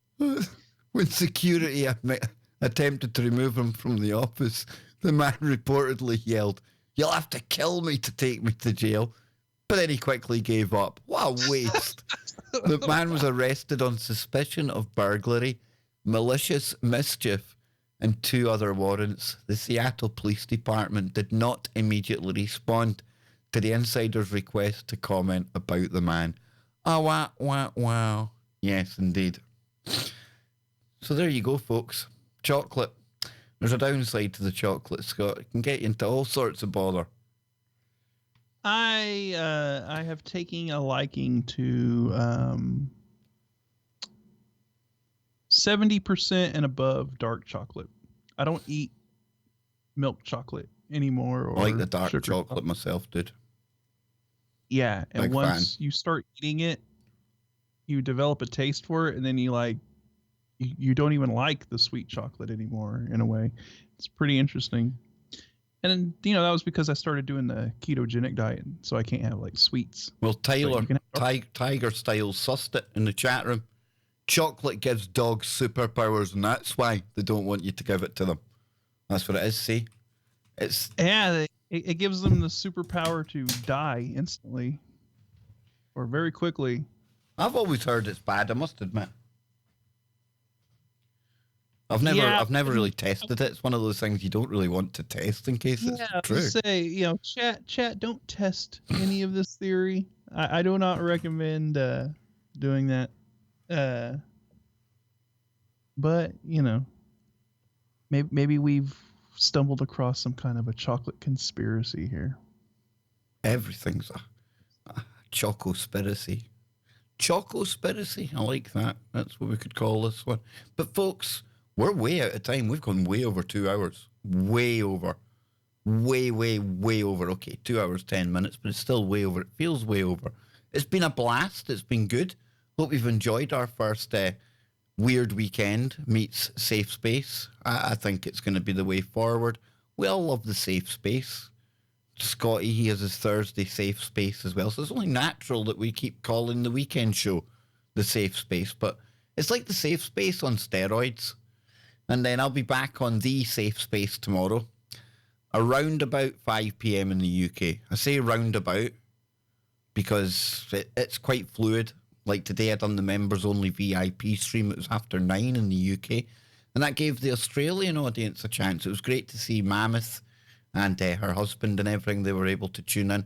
A lot of listeners down in Australia. So we try and vary it as much as we can. And I don't think, Scott, I don't even think I've got any guests booked this week for KBS Main. So we've got you on Thursday for the safe space. And then I was about to say, on Thursday, remember people, it is Halloween on Thursday. So when we do the Thursday safe space, that could be quite interesting. We might throw together a little bit of Halloween woo and interesting stuff. I'll have my Mary Loves Dick Derek Akora top 5 for Halloween. Ah, nice. You like the sound of that? And Kev, you said it was very fluid. Are you time fluid? Time fluid, yes, time fluid. Not gender fluid. I'm always Kev, toxic male, he, him, like set in stone. There's not like one day I'm going to be coming on, hey, I'm feeling awfully she, her today, or her, she, or I don't even know how they say it, man. You're just time fluid. You can decide what time you're going to come on, and when not, and just willy nilly. Yeah, exactly, dude. When you're like a live streamer, you're your own boss, right? You just stream when the hell you want. No, we usually do it around the same time, folks. We're usually the same time. Okay, Scott's right. We're fluid. I'm very unpredictable. I'll say it. But yeah, no guests booked this week yet. I say yet because I'm waiting on one getting back to me. It's one I would love to be able to sit here and announce right now. But I can't because when you do things like that, you end up with egg on your face and Scotty, it's never pretty when you promise people a guest and it doesn't happen. Not good. Yeah, you never hype something up that is never set in stone. You're setting yourself up big time. You're setting yourself up. Yep. So Brett Munson in the show, I think you, sir, have got the last word. And I agree with you. I'm one of these as well. Because I too am a dedicated vegetarian. And on that note, folks, we are out of here. I'll be back tomorrow. Safe Space, KBS. Remember to keep your minds open. Keep looking for the woo, but not to the point where the brain turns to goo. Yes, Scott, I've got it. We're out of here. Later, folks. Adios.